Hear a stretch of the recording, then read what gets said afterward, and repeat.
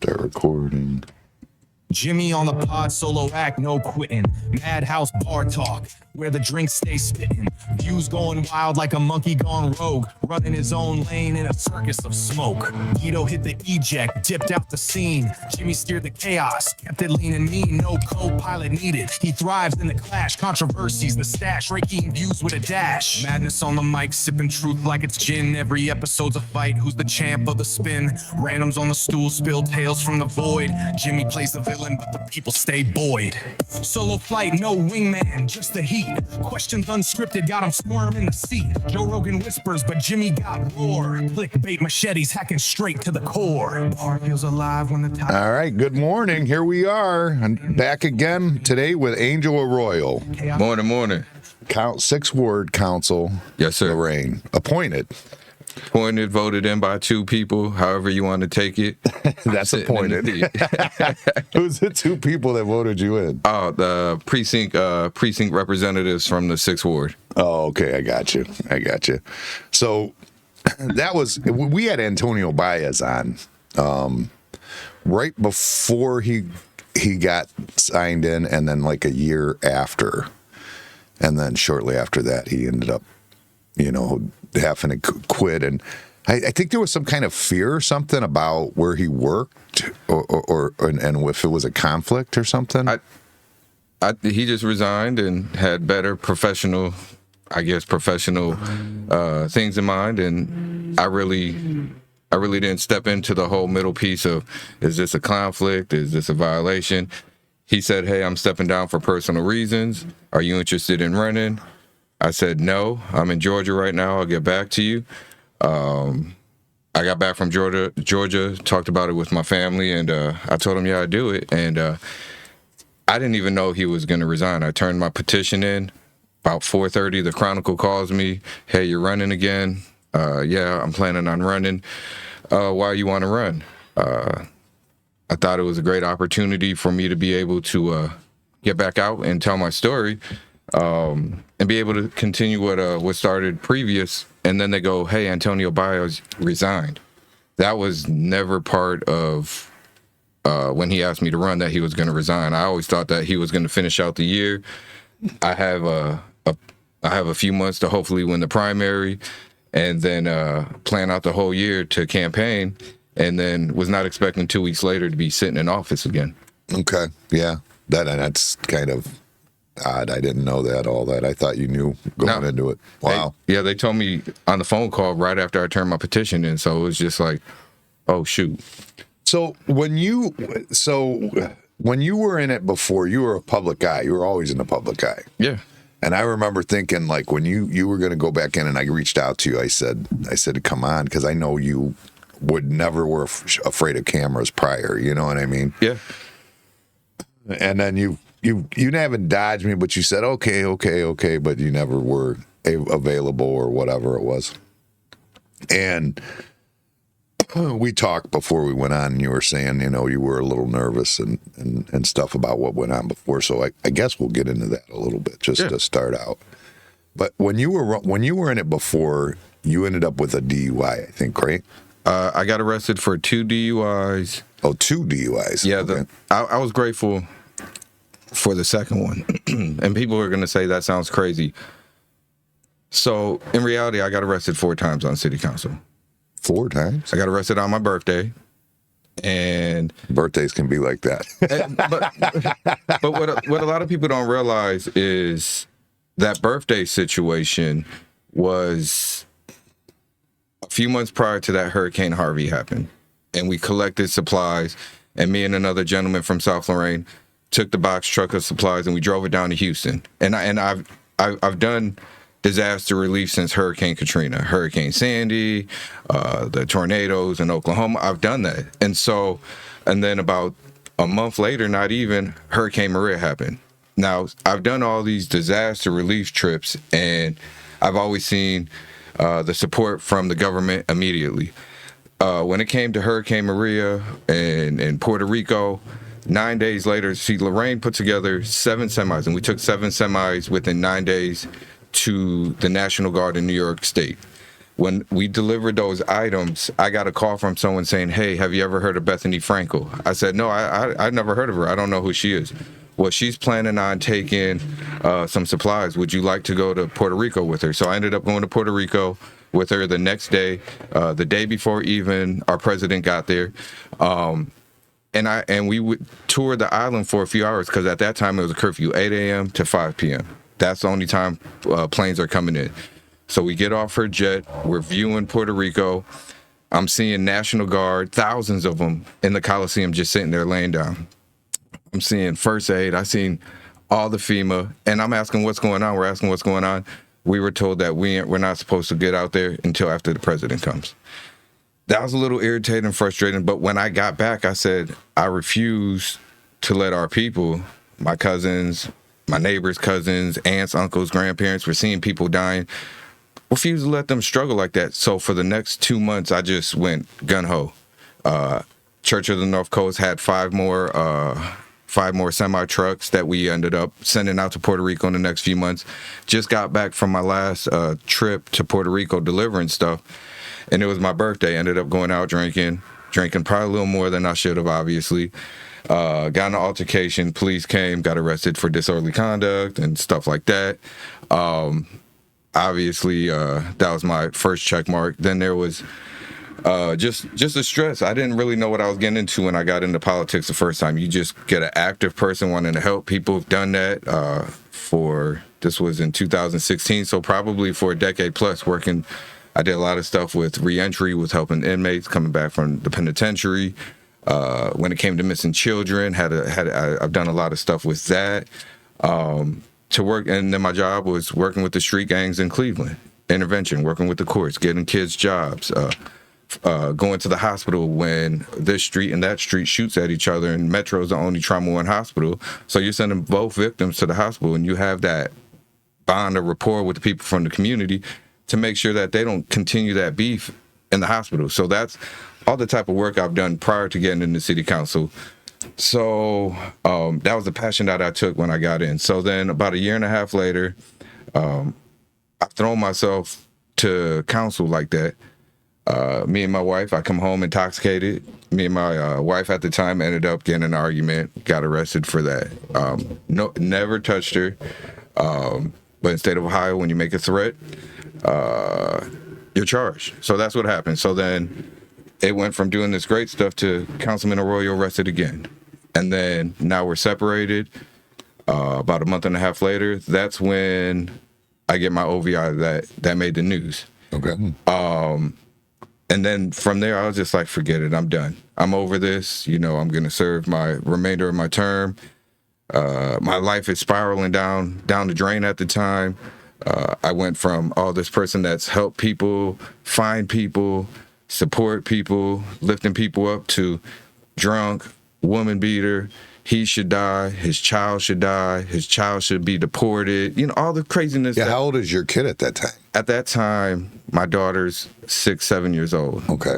And to be honest with you, she's 5 when my first arrest happened. So she's not really understanding what's going on, which is great.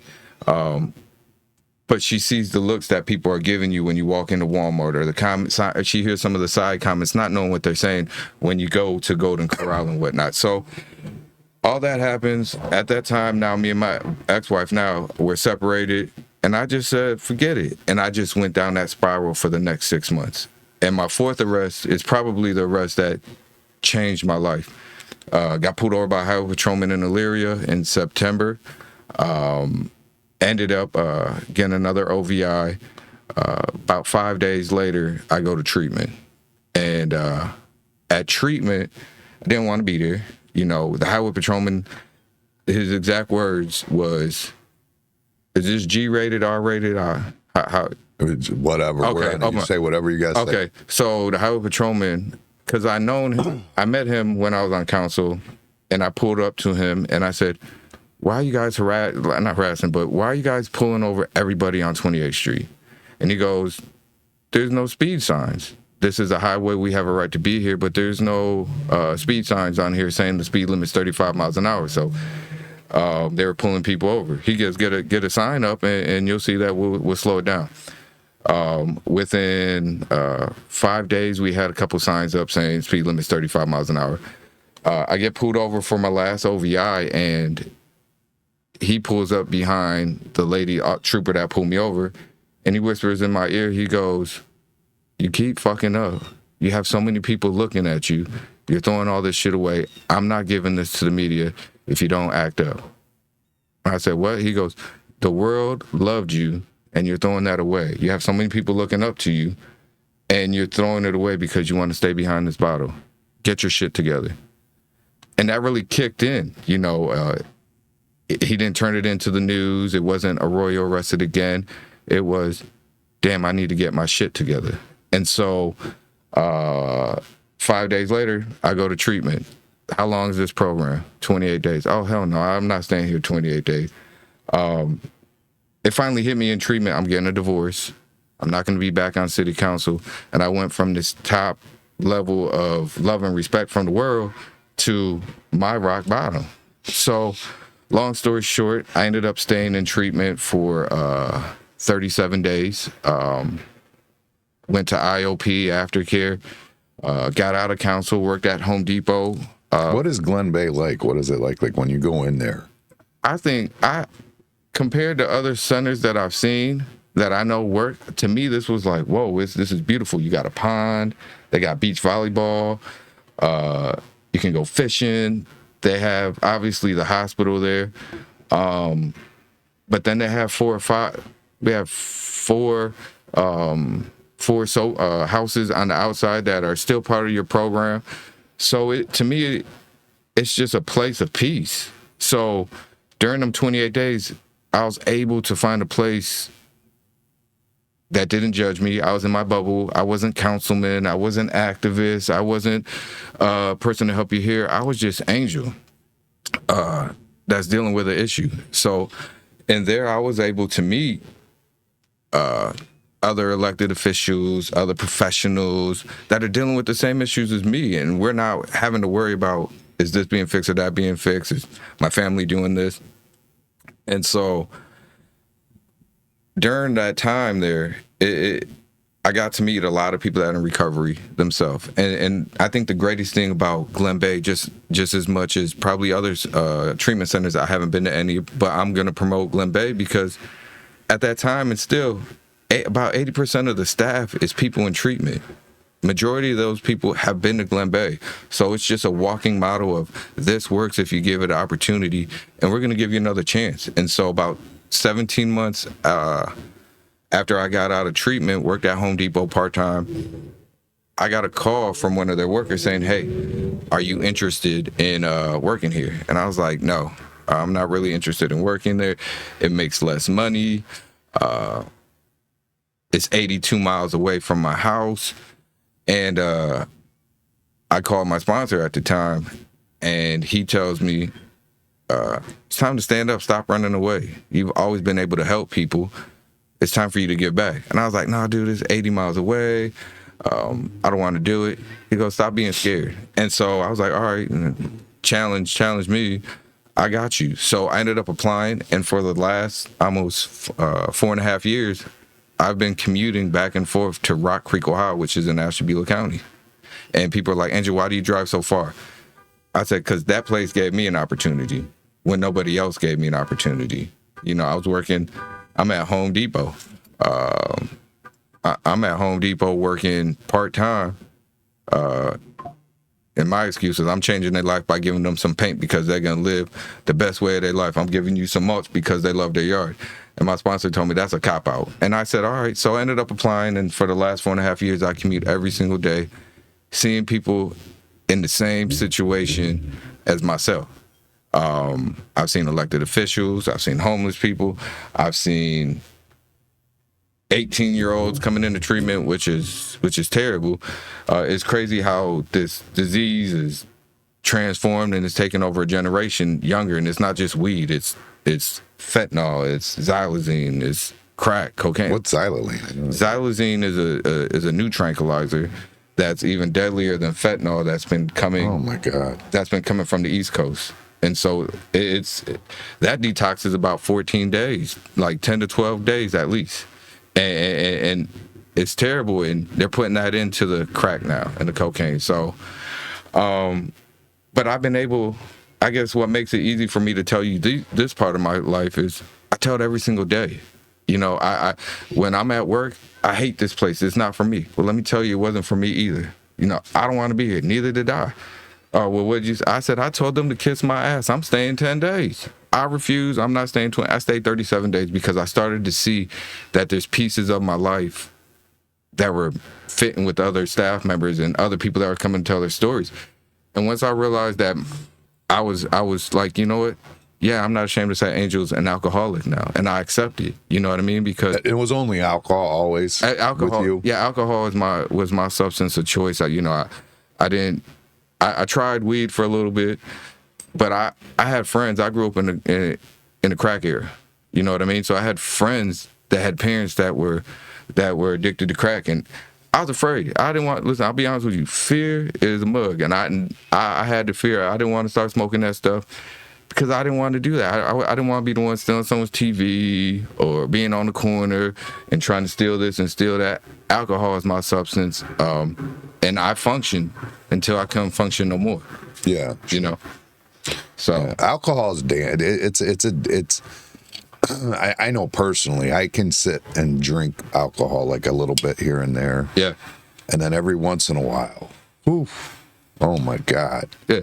Every once in a while, it just gets a hold of me, and I do dumb shit, and that's aggravating.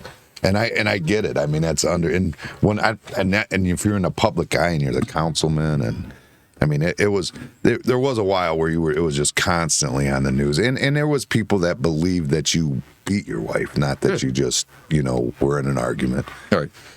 I mean, that's what you're arrested for, yeah. And if you read the report, and even if you read the newspaper article rather than the headline, it states police were there quick.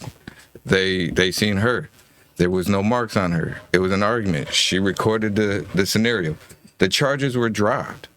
So am I like other people that get arrested recently and charges are dropped and all of a sudden they're the victim? No. Well, when you're a councilman, people think that maybe you have, excuse me, maybe you have that. You know what I mean? A little bit of pull that maybe made that happen. A lot of people might think that, and that's easy for them to believe. Well, trust me, if the police, which I have no problem with, but if you watch those videos, there was no pull except them trying to get me in the squad car and me refusing to. No, I get it. You see what I'm saying? But you know how it goes. Yeah, I mean, I get it. People believe that. And why wouldn't they? I'll be honest with you, I haven't seen any of that since I've been in office, and I was that type of person. When Tamir Rice was shot, I was at the hospital with the family. That was part of my job in Cleveland. 137 shots. What did you do in Cleveland now? So I was, I worked for the Cleveland Peacemakers Alliance. Okay. And so the program that Cleveland or Lorain's trying to get now, and Larry has been trying to get, where you get a group of people that are familiar with the community, neighborhood, some from the streets, from the penitentiary. And so we would go, if there was let it be a shooting on the street, we'd work with the community piece, trying to figure out, like, how can we dissolve this situation without it becoming a bigger situation, especially in Cleveland. Like, when you had neighborhoods shooting at each other, or groups shooting at each other, gangs shooting at each other, it continued to move and progress further and further retaliation. So our goal was to try to be the middle person with that. So we worked with the courts. We would get kids on probation, and our goal was job placement. Our job was community service, get them just to be productive in the community. Weren't looking for snitches, weren't looking to arrest nobody.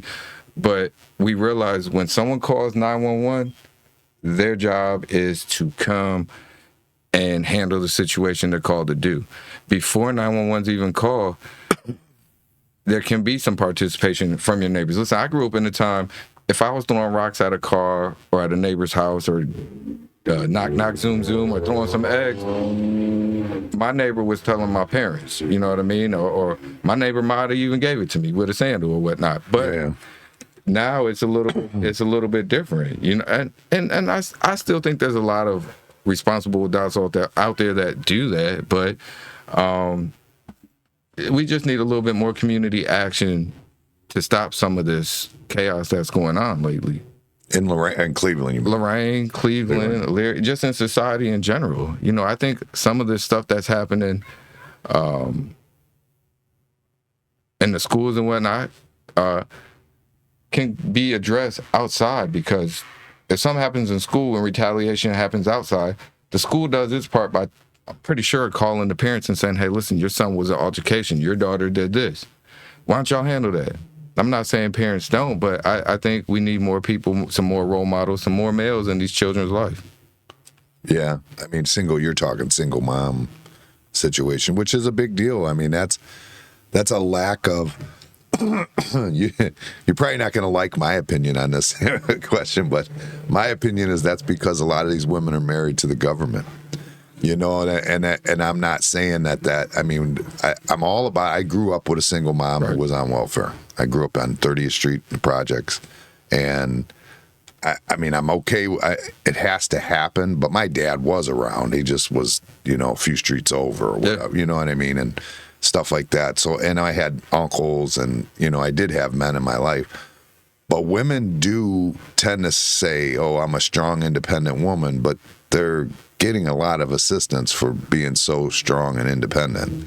But listen, I know a lot of women. I live on the 1800 block of 30th. Been there almost 15 years. And I've seen women that are trying, but when society says, hey, the average income of somebody is $20, $22, and I see a woman working 2 or 3 jobs, they need that assistance, because $18 or $15 is probably maybe between 13 and 18 is probably average of what people are making. That's tough to pay bills right now. But what you got to do is you got to change the system so that it's, for instance, I'll tell you, my mom and her friends, they all got tricked. I'll be honest with you. I've talked about it on here before. And tricked is the wrong word, but they took Pell Grants. Well, we were living in the projects. Right. All of them got Pell Grants, went to college. You know what I mean? And when they were using their Pell Grants, it was all about, back then, I remember all of them, if they would plan it just right, they could get maybe an extra $1,000 if they just had just the right credits. You know what I mean? But enough to get this amount of money or this or that, and then they'd give you a Pell Grant for, you know, getting a car. But all of them have supported themselves ever since they graduated from college. Right. No, I get You know what I'm saying? So they kind of got tricked, so it worked. But I mean, there was a time when they had a system in place. Now it seems like it's the forever system. But that's got to change. But I think that's changing in a few ways. Obviously, it looks like our president is looking to move forward with making some changes to that. You know, with putting time limits and whatnot. But our school system now is starting early college. So when you have children that are graduating high school with an associate's degree already, they're encouraged. So pushing college is progression. You know what I mean? Like at my time, get your GED or high school diploma, you could get a great job. Now it's like a high school diploma and GED is only going to keep you at that $15 to $20 job unless you start your own business or find someone. Now people are looking for not just associate's degrees, they're looking for bachelor's and master's degrees. So I think that phase that you're talking about is starting to transition out. And it's not just what's happening today. It's that transition's been starting in Lorain for a while, for years with their early college. But you're right, there has been times when people have gotten accustomed to living that way, just like I got accustomed to living the way I was living. Wake up, do my few hours at city council, do my few hours at my other job, and then by 3 o'clock going and catching a happy hour and not coming home to 3 o'clock in the morning. Sometimes people get stuck in them phases, and then sometimes someone needs a kick in the ass like I got to wake up. And that's just how life is. But there has to be jobs out there that have to be there have to be jobs that for them to go to. In Lorain, that's a big problem too right now. Although I think they said they're talking about bringing calcium in or something, a plant. There was what was his name? Told me that. Mike Bacalich, when he was on, he was telling me that they met with some people and they were talking about doing that in Lorain, I think. And there's a lot of I think there's a lot of conversation of people wanting to see Lorain and what they're doing right now and looking to bring stuff in. Just a few months, probably about 2 months after getting back on, I went to Alabama, and this organization that we met with in Alabama, their main focus is bringing businesses, doing a study on Lorain, which they're doing now. The city of Elyria has been working with them. And after they do their study on Lorain, their goal is to bring businesses to Lorain. And my main focus when it came to South Lorain and the Southview property is, and people got to realize Southview is owned by the school system, is to bring another business in, a new restaurant to South Lorain. A grocery store. Listen, South Lorain needs a grocery store. South Lorain needs more businesses. My first term in council, I had John Viard, God rest his soul now, he's the person that bought Whittier property and had the vision to want to bring those houses to the Whittier property. And what people don't realize, it's not just like, okay, I bought the property and boom, I'm gonna build 30 houses. Or I bought the property and now in 2 weeks, we're gonna have this big old Coliseum built.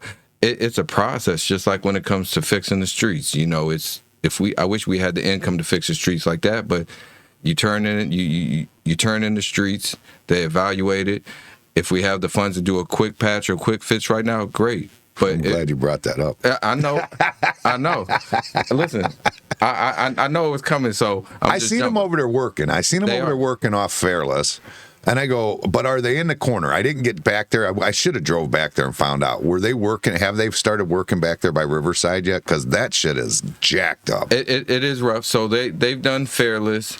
They've done Chelsea all the way, I want to say, to Norfolk. And then they're going to complete that next year, the Chelsea piece, the rest of Chelsea. They've done a lot of Andover. Oh man, I had them on my Facebook page. What they were fixing. It was bad. I went because I didn't know it was like that. I haven't been. I sold my house over there 2001 maybe or something like that. 2002 maybe. I don't know. And in my first term in office, they fixed a lot of the other roads right off of Homewood. They fixed all that behind the Convenient. They fixed those. Fairless is. Riverside is and Riverview is a little rough over there, but it's happening. I know it's not a little rough. That's being real nice. The curbs are heaved out of the freaking ground. That's crazy. Now that's a natural disaster that needs to be addressed, and it's being addressed. Okay. I brought my first meeting back on council. I brought that up. I said, hey, listen, this is treacherous. You know, there's 2 feet up. These need to be addressed. This is an emergency. And it's not fair to the people that own those homes. They've invested in the community. They bought into there. And now, I mean, who the hell would buy a house with a concrete curb heaved up like that in front of them? And I'm telling you that I've complained about it. I brought it up this year. In my first, when my 4.5 years, I guess, on council, I can say that South Lorain during my time has gotten close to $5 million in new roads. We've gotten over $8 million in new water lines and sewage system, you know. And I'm just guesstimating off my head. It might be a little up, might be a little off, but it's not too far off. So when I first term, they pulled out water lines that were wooden. You know what I mean? Like, that's how old South Lorain is. And I brought it up at the council meeting. Wooden what? Wooden water pipes. That ain't true. No, that's true. That ain't true. Come on. Listen, I need pictures. I need proof of this. Look, a wooden water pipe. A wooden water pipe. And so I'm glad I took this picture last week. I went to the Natural History or Lorain Historical Society, and they actually had a wooden water pipe. Let me see. But that's how old South Lorain was. You know, South Lorain is Lorain before Lorain was Lorain.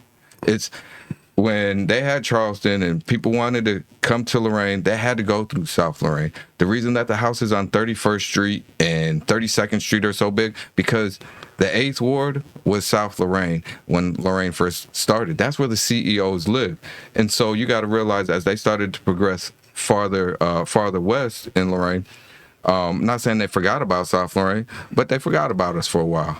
You know, the steel mill left, you know, income was coming to the other side of town. And I'm gonna be honest, we've gotten forgotten about, and that's why I ran in 16, not now, but in 16. So yeah, that's the truth. Yeah, I never heard of a wooden water pipe. I No. guess and I've been in construction a long time. I never come across no wooden water pipe. What the hell? Let me see this thing. Yeah, Is that real? that's wood. Natural Lorain Historical Society. That's wood. Are you sure it's not just a hollowed out tree? I'm going to put a screen. No. Anybody can screen grab it there. No, that's wood. No BS. No. Seriously. And when we had that meeting a couple weeks ago at City Council, that was a question that I seriously asked. Where was the wooden water pipes in Lorain? The one that I seen when I was in council pulling out was at Oakwood Park back in 2016. They were pulling out, and I was like, "Oh, that's wood." They said, "Yeah, that's a wooden water pipe." That's insanity to me. Yeah, but that's how old some of our systems in South Lorain have been for a long time. So, so just to hear, we went through that transition. El Centro and all that started in the 70s and 80s. And at that time, that's when we had the steel mill. That's when we had Ford. The shipyard was on the process of leaving or leaving already. But that's when we had some strong Latino leaders, strong leaders just in general in Lorain. I'm not saying we don't have them now, because we do. But after the 80s and when Ford started leaving, it just felt like we gotten forgotten about. And it's not just South Lorain, it's just the city in general. I understand economy drops. We've gone through what we went through in the early 2000s, and that's when I was in my early 20s, and I really didn't give a damn about politics. But if I look back and do my history now, we went through that transition. And so to say that South Lorain has gotten millions of dollars and still look the same, it's not that we're not working, we're trying, but we're trying to catch up just to get to that starting line. Yeah, I get aggravated with the jobs creation, the fact that nobody fights the mill. I mean, it's that mill, they need to turn over, at least give us an easement to the river. You know what I mean? So 57 can just go straight in, or 20 something. I would prefer 57, but I would love that. I'd love to see more businesses, for us to be able to utilize this just in general, the river more. Trent's Place is going and it's nonstop, but that steel mill is just there, and we have to find out how can we utilize this business and this, how can we utilize this property and still be able to pay for the cleanup, because that's billions of dollars to clean up 100+ years of toxic waste in the ground, and gotta figure out how we can utilize that still, because it's just sitting there and it's taking up space and it's just a ghost town. yeah, no, and it's bad. They did that flyover, and it's like everything's collapsed. It's bad. And to me, it's holding the landowner and the company accountable. And people get mad, like you're picking on the businesses that are still here. That business is not really here. They're just there. But what are they really doing? And it's not that we're trying to pick on them. We can't continue to progress our community in our city if we have this big old blah just right there. So we want you to clean it up, and we want to be able to we want you to do business in our city, but you got to clean your stuff up. Yeah. And that's just where we're at with it. The problem is the people that own it now didn't make the mess. That's the problem. That's the biggest part of the problem. But that's like buying something knowing that it's messed up and broken already, and then saying, I didn't know. That's not true. You knew what you got into before you bought it. And that's just buying a car. You buying a lemon and mad that it's making lemonade. No, you knew it was a beater. So don't get mad that you can't drive to California in it. You're lucky if you make it to Walmart on the west side in it. And that's just reality. You knew what you got when you got it. So let's just be real and fix this problem. They knew it. I don't know what they knew. I can't. Well, I speak can't for say them. they knew it, but I'm just saying in reality, everybody knows, because listen, driving by, oh, damn, that building's falling apart. Oh, look, the roof. You walk up on it. Oh, that. No, you know what? I had no idea it was to the extreme until they did the flyover. When they did the flyover, I was like, holy shit, it's bad in there. And maybe that's just me, especially during COVID. In my first few terms on council, I walk up and down the fence line, and it's like, I forgot the name with Will Smith, where he's in New York City, and it's just vacant. and I think people turn into zombies and whatnot. So I'm walking the fence line, and this deer just runs out the building, scares the crap out of me.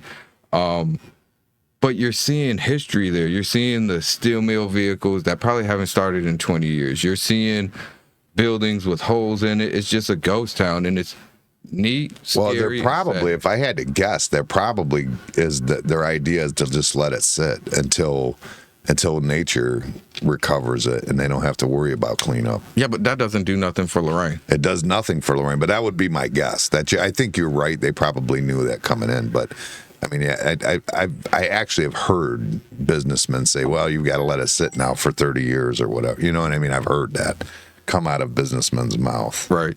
at different times. But it makes me, I don't know. I just want to see something. I grew up in the 80s, basically. Yep. You know, in Lorain. Very different time. You know, we had the shipyards when I was young, and then you had the mill and the Ford plant, which the Ford plant is still right there in Avon, but nobody's coming to live in Lorain to work in the Ford. If you're working at the Ford plant, you're not coming to live in Lorain. Right. I don't know what the deal is with that. I don't know how you fix that. I go to like Independence. I work over there a lot on Rockside Road, and I look at all those buildings, and it's like they're no closer to the airport than we are. We've got better, just everything: parks, beaches, rivers, everything. Why are all them offices in Independence and not here? We're just as close to Lorain. I mean, who dropped the ball to stop all that from ever happening? Because those office buildings, most of them are full with companies, you know, that we don't even know.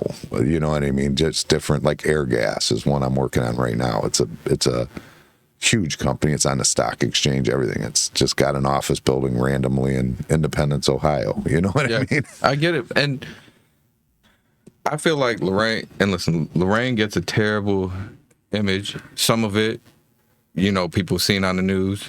People have come in, had a bad experience. But Lorain is great. What makes Lorain great is the people, is the waterfront. We got so much to give, and it's what are we doing wrong? You know, I mean, that's the big question, because it's not that we're not going out and trying. Well, what about this whole like charter thing? That was why I was off council. Why? I that was when I was taking my sabbatical, trying to get my situation back and together. So I'll be honest with you, I didn't pay too much attention to the charter. I know, I think at times I think it would be good to have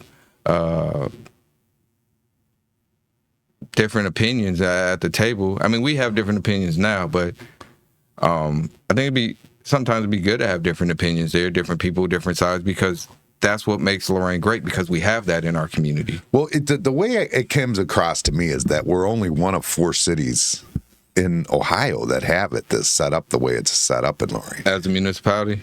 Yeah, well, it's set up so that once you're voted in, then you guys make the decisions. That's it. You don't have to go back out and get votes to figure things out. And that might make a difference, I would think. But I mean, we get voted in.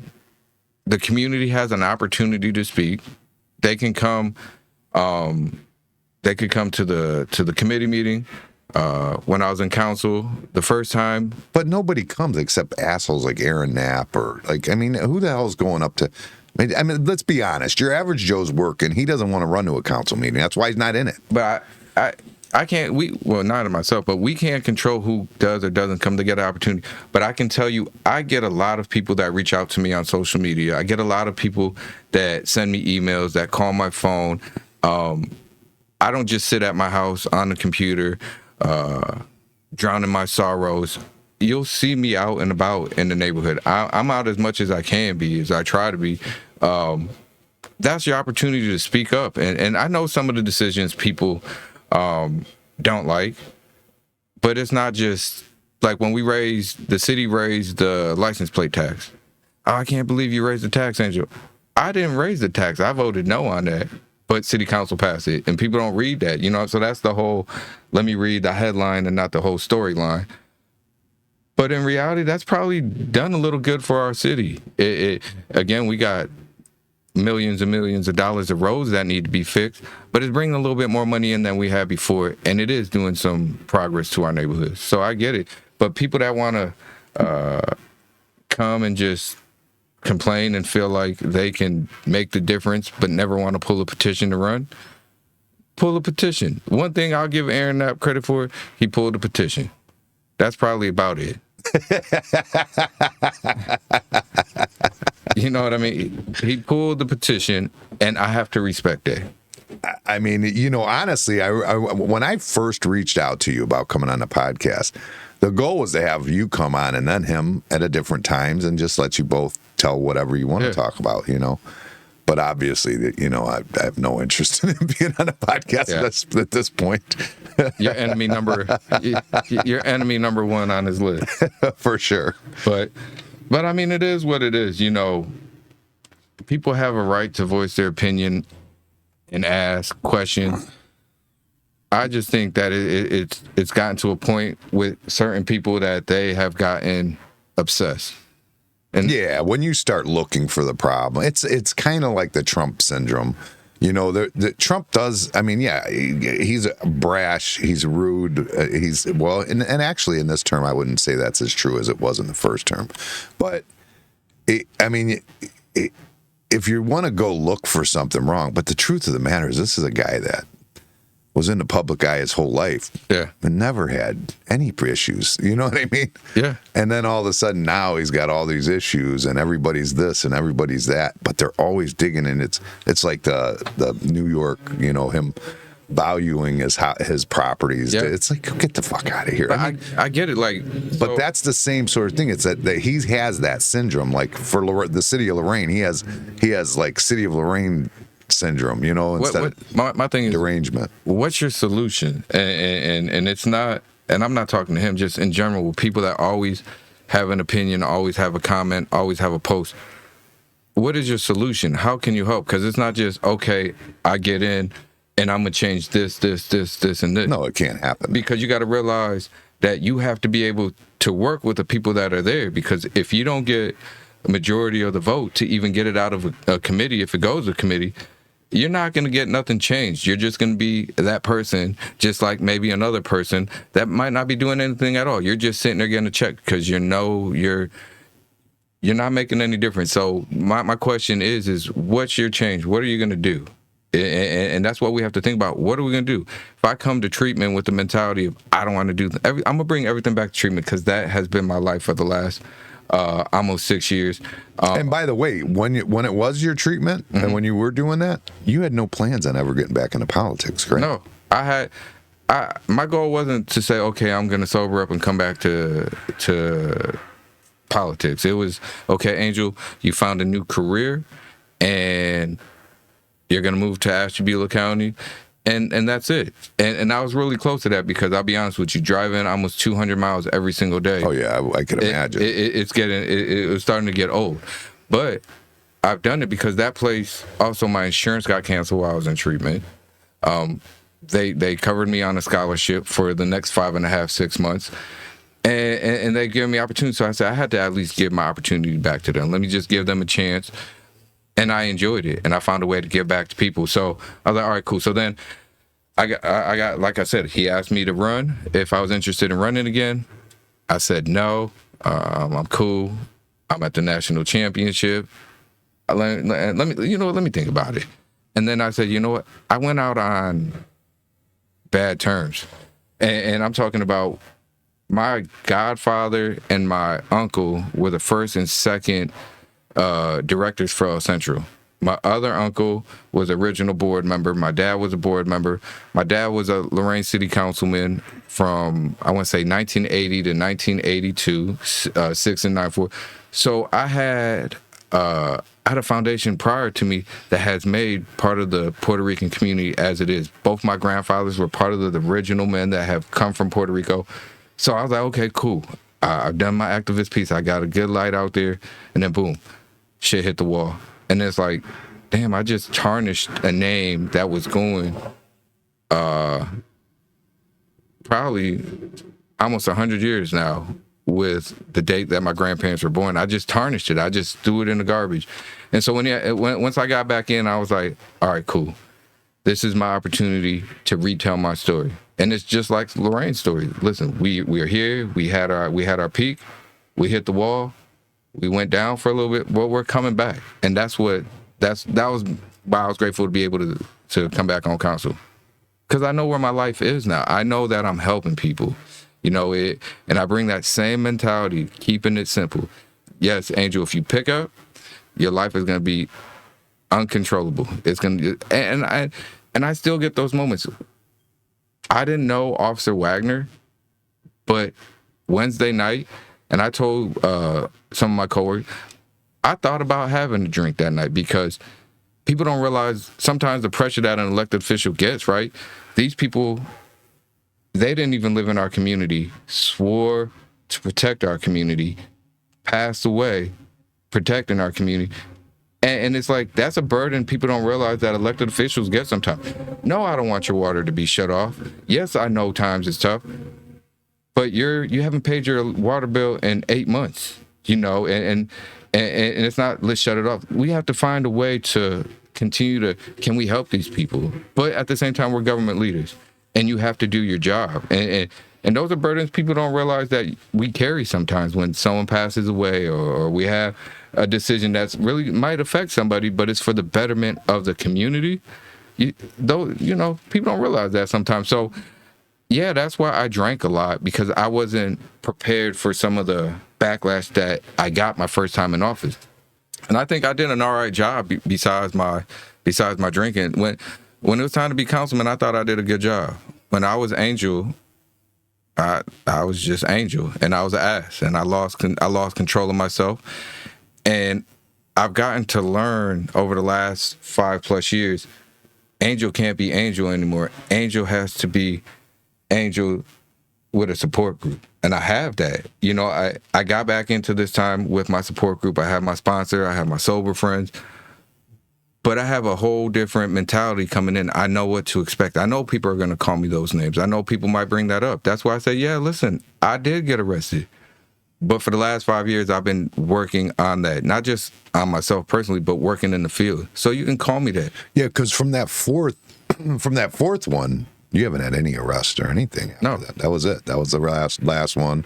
Yeah. That's the one where you not a councilman no more. But that was it. Yeah, I was. What do you think about Holly Strano? Them getting rid of her because of her talking about her. I think that's fucked up. I think that there should be that's fucked up. I think.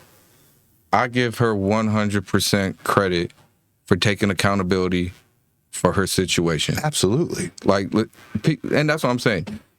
Our situation is on our personal time, right? It's not, hey, Angel showed up or she showed up to the news station or I showed up to city council intoxicated. No, this is our personal time. And we had other things going on in our life. Obviously, I had some personal issues with my relationship. Was the alcohol causing those personal issues with your relationship? It probably took it there. It just, listen, and I talk about this when I tell my story. I pushed her away. Because I chose that bottle. Yeah, I still came home, but I came home drunk. Right. She got frustrated probably with babysitting me. In all reality, it turned, and so yeah, so that's probably the main reason that she left, and I was mad for a long time, but it's accountability, and I've accepted. I accepted that I threw my political career away. I accepted that I threw my relationships away. I accepted that I am where I am in life because I was the issue at the time. It wasn't, oh man, she's tripping, she didn't want to make me this, or oh man, the police was tripping, they had to arrest me. No, I had to take myself, I put them in a position to have to arrest me. I put her in a position to not want to be around anymore. And that's what I tell the patients. What is your side of the road? There's two sides always, my side and their side. As long as you clean your side, you're not responsible for their side. They have to deal with it however they want to deal with it. But as long as you do your part, make amends, pay your bills, be friendly to people. As long as you do your part to be that person, life is just going to work itself out. And typically, if you work hard and do right, typically life just kind of comes together. And that's kind of how it's been. I used to love riding motorcycles. Boom, I got a motorcycle again. I heard you pull up. I was going to ride mine today, but got up late and I needed that cup of coffee in the truck on the way here. Listen, we rode to Lake George 2 weeks ago. Like that's my piece. Get some wind. Only thing that's gonna stop me is another vehicle or a stoplight. You know what I mean? Yeah. But besides that, I have control of what's going on that motorcycle. My cigars, that's my higher power for my first 4 months was my humidor. And people say that sounds crazy, but I was mad at God. I was mad at my parents. I was mad at society. And it took about 4 months for me to realize, no, Angel, you're the reason that you got into this situation. It wasn't your parents. Not that they didn't want to pay your bond or pay your bills. It wasn't, like I said, it wasn't the police. They had to do their job. It wasn't the voters, because you won the election. You chose not to run again. You know what I mean? Why? It's taking accountability, and that's just kind of how I live my life. And listen, in the treatment centers, I show them my YouTube videos, and it's not to brag to say, hey, listen, I got this. No, this made the Associated Press. It wasn't just your local journal. It got broadcast around the world, and not for anything good. It was a drunk asshole. Which Right. You know what I mean? Yeah, that's fine. I mean, but now here you are. You've been appointed to take in after Baez, because Baez replaced Karen. We did love having Carrie on around. Just so you know. No dig at you, but we did love having Ray Carrion. Right. I love Ray. I love working with Ray now. Great guy. Ray has been a big help to me. You know, they progressed what was started. You know what I mean? And it's just beautiful to see that it's not just like, okay, we started, it stopped.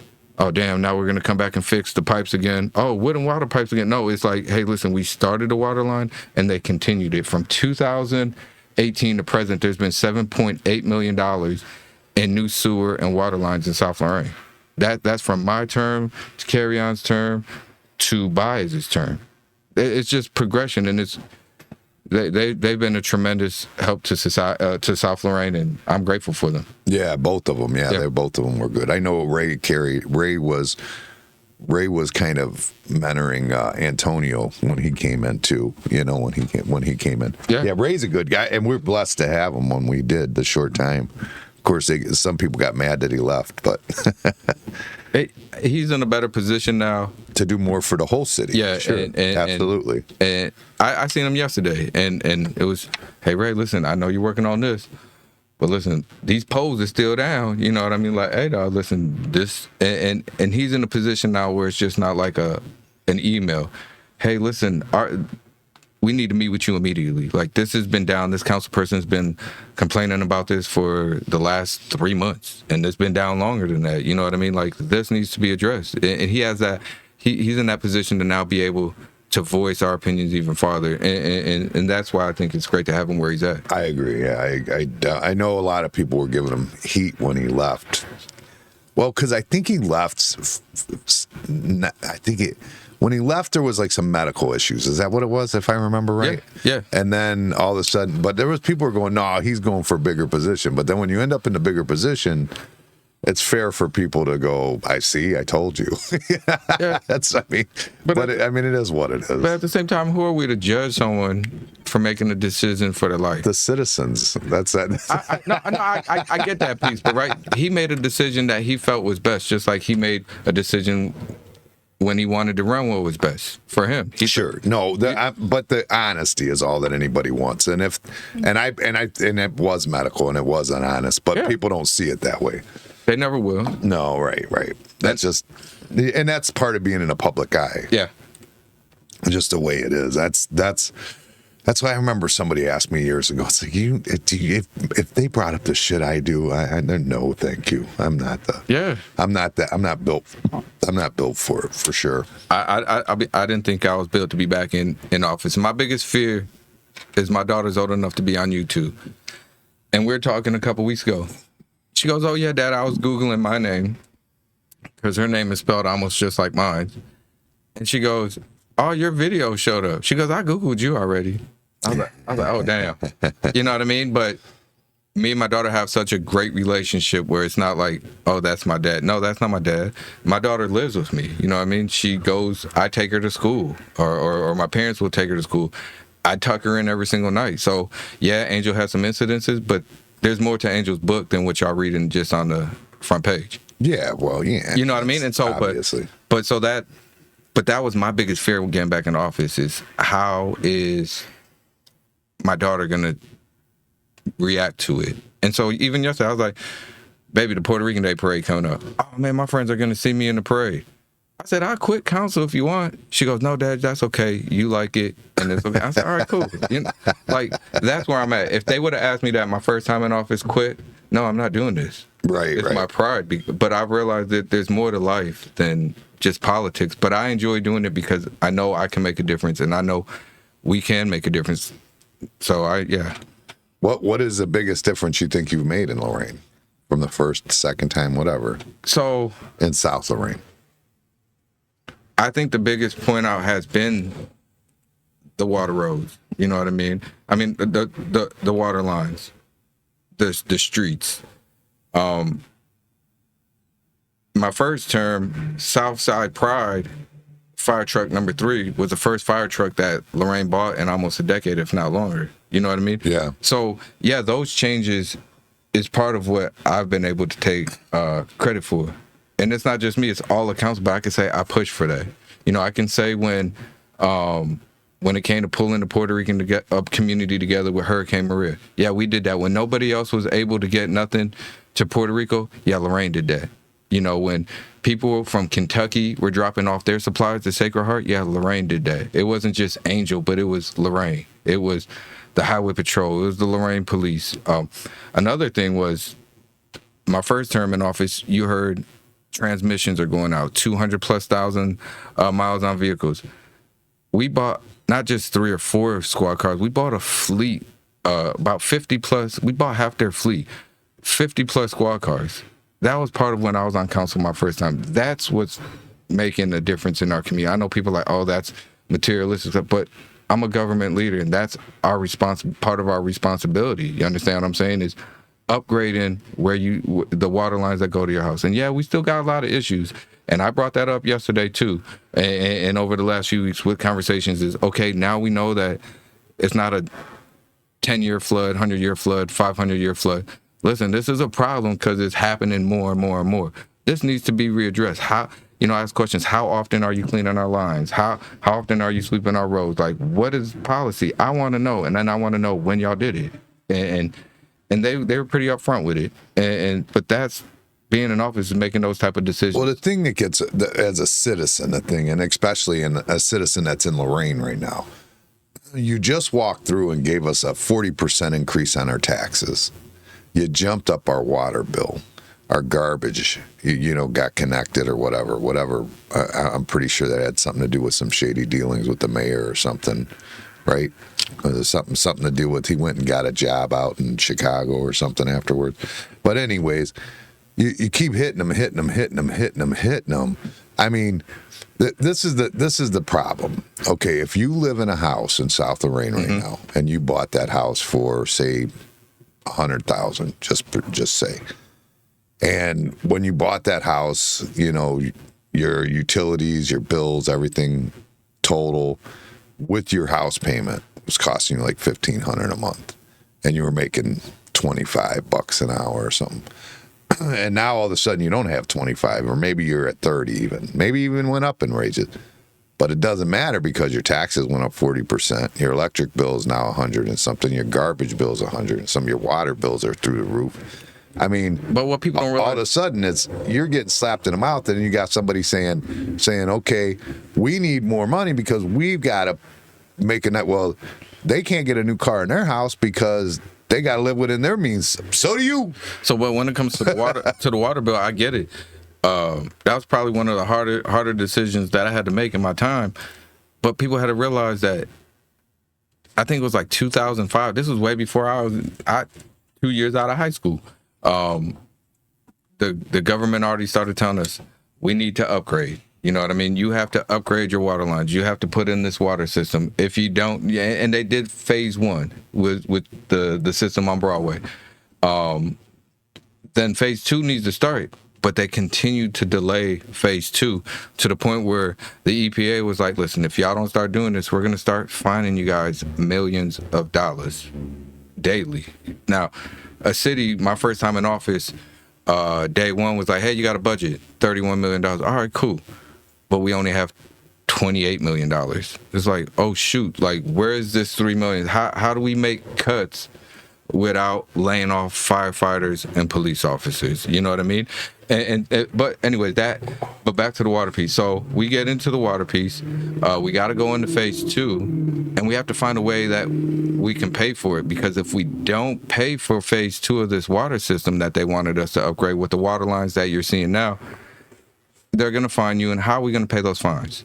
You see what I'm saying? So we put in these new water lines, and and the reason it's going up, and it's going to start going down again in a few years, but it was it was an upgrade and then go back down to pay for these water lines that the government is forcing the city of Lorain to pay. It will not go back down. That's a lie. I ain't never seen nothing go down. Ever. Well, listen, according to what we agreed to with, with the it payment ain't gonna plan. happen. And when but listen, but when it gets to that point where it has to go back down and it doesn't, then we're gonna address it. But right now, I mean, the problem, but you understand what I'm saying. I get it though. I'm struggling, we struggle. But you can't go to the people that are already struggling and tell them we have to have these things. They have to have some things too. I agree. And you know what I mean? In their own house, and they don't have them because they're getting taxed to death. And I talked with other people. Piece that I think sometimes is unfair for the residents of wards 5, 6, or 2, 3, 4, 5, and 6 at times, sometimes 7, is I love the A ward. And I always bring it up. I'm jealous of Josh Thornsberry all the time because how great that ward is doing right now. But what's unfair sometimes to the people of the rest of the city is when they get the tax abatements, right, on their housing. So who has to pick that back up? It's the rest of the city that's struggling already. You see what I'm saying? The new houses that come in, they get a 15-year, 20-year. And so it's finding out how can we get that same opportunity in South Lorain. We have the property. We want you to build in South Lorain. So it's like, and you could be eligible. That property, the old Whittier property, they would have been eligible for those abatements. There was some red line that was in the way. 32nd Street didn't have a water line or drainage, but 33rd did. But it would have cost the investor $1.2 or $4 million, something like that, to put those water lines in because those houses on that side didn't have it. And it was like, okay, I bought the property. I don't know if I really want to invest that. But I think that'd be a great investment for Lorain to do because that's going to bring in 30 plus houses right there. You know, when they wanted to build that housing, when John VR wanted to build those houses. Yeah. That would have been great for South Lorain. Still would be great for South Lorain. Yeah. I mean, I get it. I understand. I'm not giving you shit about it. Yeah, no, I get it. But that's the thing that's always aggravating. It's just like as things get down, they just hit people harder and harder, and that to where their money's going from less and less and less. You know what I mean? Yeah. When I bought my house in South Lorain, my first house in South Lorain, I think it was I forget, 99 maybe, something like that. I made $24 an hour. I paid my mortgage. I had 2 car payments. My wife did not work, and we still had leftover money. We put a pool in the yard. We were doing great. Things were fine. Yeah. But the problem is now, when you look at the same job, which is a union carpenter, you're only getting about 34 an hour, 35 an hour, another $10 an hour, but your bills have tripled. Yeah. Like, it doesn't make sense. Make that make sense. I mean, that's crazy, you know? Yeah, I get it's and everybody can get it, but you can't, you know? And the wages, they fight. You know, when Ford went for 50 an hour, I go, God bless them. They should be getting 60 an hour. Yeah. You know what I mean? That the cost of everything. And the average home price they're saying in America now is like $400,000. Yeah. That's crazy. That's absurd. And especially to us, because I had a resident maybe about a month ago tell me, hey, my parents' house just sold on the 1900 block of East 30th Street. I said, for how much? $180,000. Yeah. I said, wow. And yeah, it's tough, but before, when I first moved into my house in 2010, those houses were probably selling for 70, 80, 90,000. So yeah, to see my neighbor's house sell for 100,000 plus more than that, that's great for our city. Sure. That's great. It is good for the city. I'm not saying it's not. But I get your But the point with problem is somebody's got to be able to afford it. Who's going to afford it? You know, if somebody can spend $300,000, they don't want to move to Lorain where everybody there is depleted. No, you know what I mean? And that's a problem. But they are paying a couple $100,000. And again, now that's the east side. I mean, not South Lorain. Not I'm talking about South Lorain. Yeah. What we need is someone to believe in South Lorain just as much as the people from South Lorain. And I truly believe that that's happening. We're going to see it coming. Listen, it was a tragedy to see 3-Star close. Yeah. But I could tell you someone has purchased that building and has been renovating it now. I don't want to put out all the details because they haven't made it yet. Is it going to be a restaurant again? That's their goal. You see what I'm saying? That is their goal. They're renovating apartments upstairs as we speak right now that have some people living up there. So, and they purchased, we tore down some of the abandoned buildings on 28th Street. They're in the process, if they haven't already, purchased that property right next to 3-Star. So there's some good things happening when we talk about, that closed down. But sometimes when one door shuts, a better one opens. You know what I mean? And it sucked to see 3-Star close because that was like a dynasty in South Lorain. If you wanted some breakfast, you knew where you was going at 6 o'clock in the morning. If your car wasn't running, or if you didn't feel like driving, or listen. That's the first place I ever went to a restaurant. Listen, my mother took me there when I was a kid. I'll never forget. And I love 3-Star because it has that old school feeling, the heart of South Lorain, like what it was. You know, my grandfather got off working third shift. He went 3-Star. Yeah. You know, I mean, he might hit some of the other spots up on 28th Street, but he was hitting 3-Star. He was walking out of, I think it was Oakwood. He walked out the Oakwood exit. My aunt walked out the Oakwood exit. Come down the street, 3-Star, boom, move on with the rest of life. Like, so to see that close this year, it was just like, damn, what did I sign up for? I got in the office and now the one trademark of South Lorain is gone. No, Rainbows is still there. No, Rainbow is the new one. And listen, I want to give Rainbow 100% shout out because I called them the next day after Officer Wagner and the other 2 officers were shot. And I said, hey, I'd like to purchase some dinner for the officers tonight. I'd like to get a couple pans of rice, some bread, some pastelillos. They said we don't have any. They had the beef stew, and they gave me that. Right? I said, okay, here, I'm gonna pay. No, my son wants to donate it. Right? So I want to give them 100% credit for going above and beyond and making the trademark of South Lorain. There's a new trademark of South Lorain when it comes to somewhere to eat and somewhere to go. They're our trademark now. They donated to the officers, so I just want to give them a salute and appreciation because they didn't have to do that. I was willing to pay for the food, and that was their way of giving back to the community, which I think was awesome. Yeah. I couldn't believe they said that was the first shooting in 70 years. 70, yeah. Of a police officer in Lorain? 70 years, I think the last officer... It was in the 50s. Was it the 50s or 40s? I don't know. I think he was the officer. The last one that passed away was the one that passed away in Speak of the Devil in the elevator shaft. Really? I think so. I might be wrong, but either way, like that. Listen, that no matter where you stood when you felt about law enforcement, that was just a coward move. Oh yeah, just to sneak crazy. I feel like he wasn't after the police officers though. I feel like that guy was after something else. I don't think he had all them guns and explosives to ambush some officers on lunch. I feel like he would have been... No, that was a sucker move. Nobody goes to war. No one goes to a gunfight with a knife. He knew what he... Listen, he went... Who else has that much ammunition? It's not your everyday Joe coming to walk down that road. No. That was a sucker move. It was a true ambush. You think he was after the police officers? That was his goal, was to catch those police officers there eating lunch? My personal opinion, yeah. I was wondering if he was trying to go to the post office, or I was trying to figure it out. Yeah, but the post office ain't shooting back like that. You don't need that much ammunition. If you're going to tear somebody up. Or you just think he was trying to Grand Theft Auto it? I think he was just all out, I'm going to war, and I'm going to attack the people that can fight back with me.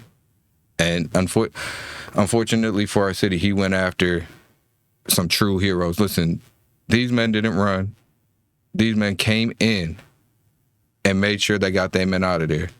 2 other men were injured.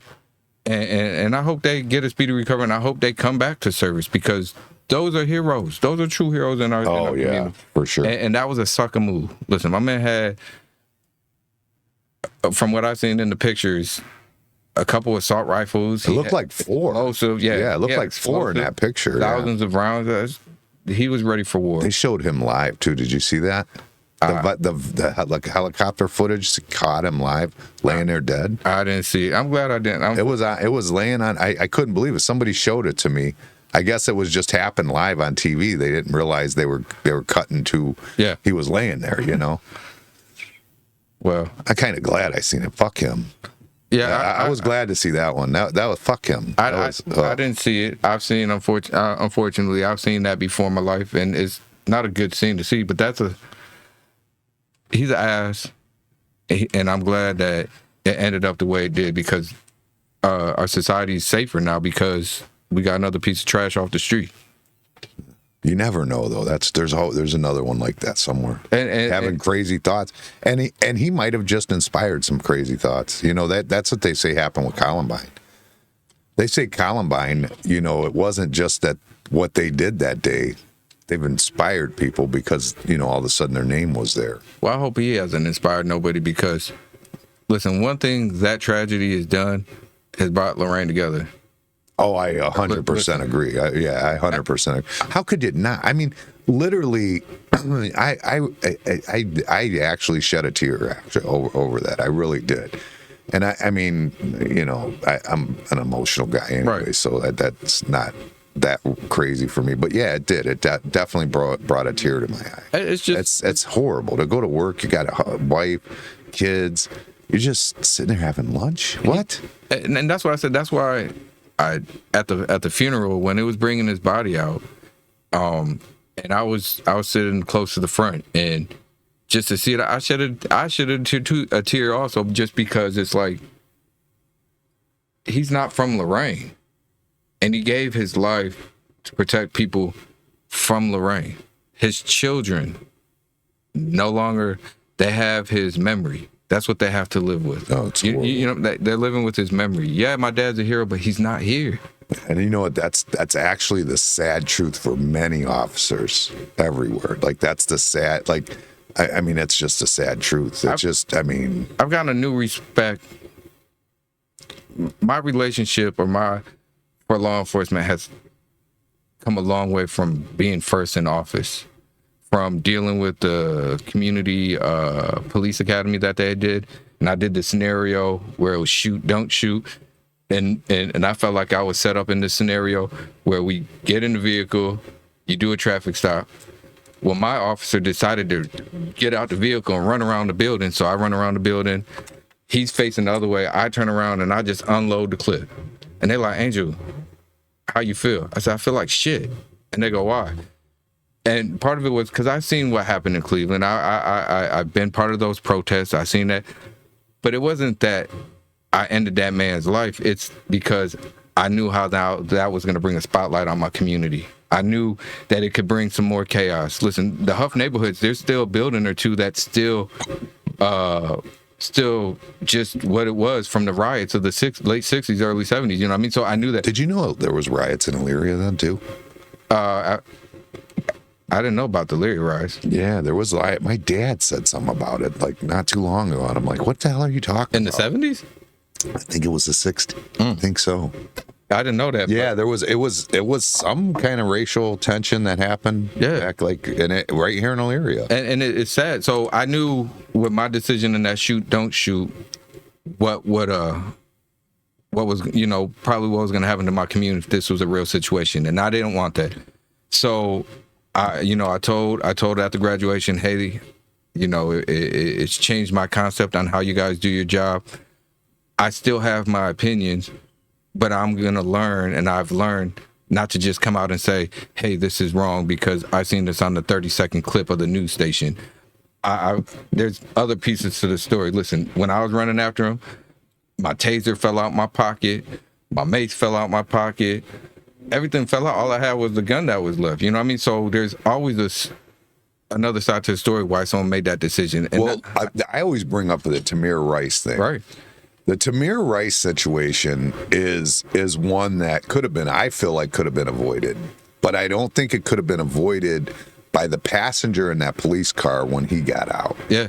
I feel he was put in a bad spot. And when you pull up to a kid that close, I mean, he was less than 10 feet. He was there, and what a lot of people don't realize about that park also there at that time when that happened was that was a hot spot for a gang in that neighborhood. That was a hot spot where they always hung out. That specific group of kids that hung there made YouTube videos with shotguns and handguns, accused of shootings in that neighborhood. So, and it was a lot of brokenness in that call. Was the dispatcher right by saying, hey, there's a kid with a gun, but not saying, hey, we think it's a toy? You know what I mean? Right? So because if you go in knowing that in that specific spot right there, there's always guns, there's always kids, there's shootings over there, but not knowing that, hey, it possibly be a gun. I just feel like they should have stopped and evaluated. They should have. They should have stopped back here, right? Evaluated and look, because the caller, when he called in, he said, I think it's a toy. Gun. Yeah, I think it's a toy. He said, but it could be a real gun. But I think it's a toy. That's what he said. Yeah. So, but the dispatcher should have said that. No, never. Yeah. No, God, no. I think the dispatcher should have said, hey, no. It could be a toy. So let me put it this way. So you're the police officer, right? Okay, and the dispatcher tells you, the old man that just called in to 911 says he thinks it's a toy, and now you're premeditated in your brain approaching this situation. Oh, it's just a toy, but then it's not. Yeah, but that guy has no experience to say that or not say that. No, that should not come to you. But you also got to know those officers there are the professionals for that neighborhood, know that neighborhood, know what's in there. So if it's possible a toy, do you think he would have came in as quick?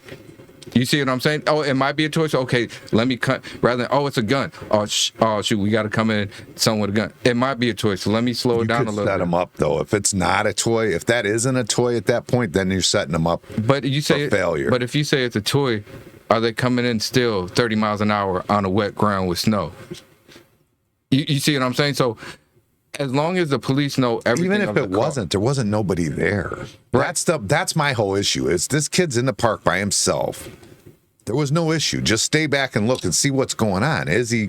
You know what I'm saying? To me, that's how I seen it. No, I get it. That's how I see it. But I definitely don't blame the dispatcher because I believe protocol says that she's not to tell that. I think she should have told it. I think that protocol says she's not supposed to, and I think I agree with that. I would have told him just because, and I get it at that time too. Also, that was a real anti-police moment in American history in the 2000s, especially in the 2010s. At that time, especially in the Cleveland area, you got to realize they had just shot up that freaking car with 137 shots, reload jumping on top of the hood. You know what I mean? That was crazy. That was ridiculous. 40. You know, and this, you know, I'm gonna clear the air just a little bit on this piece, right? Because people are like, at that time, Angel hated the police. It wasn't that I hated the police, right? When Channel 3 did the Bridge the Gap thing on Channel. You just grew up with NWA, so you it's not your fault. Gosh darn it!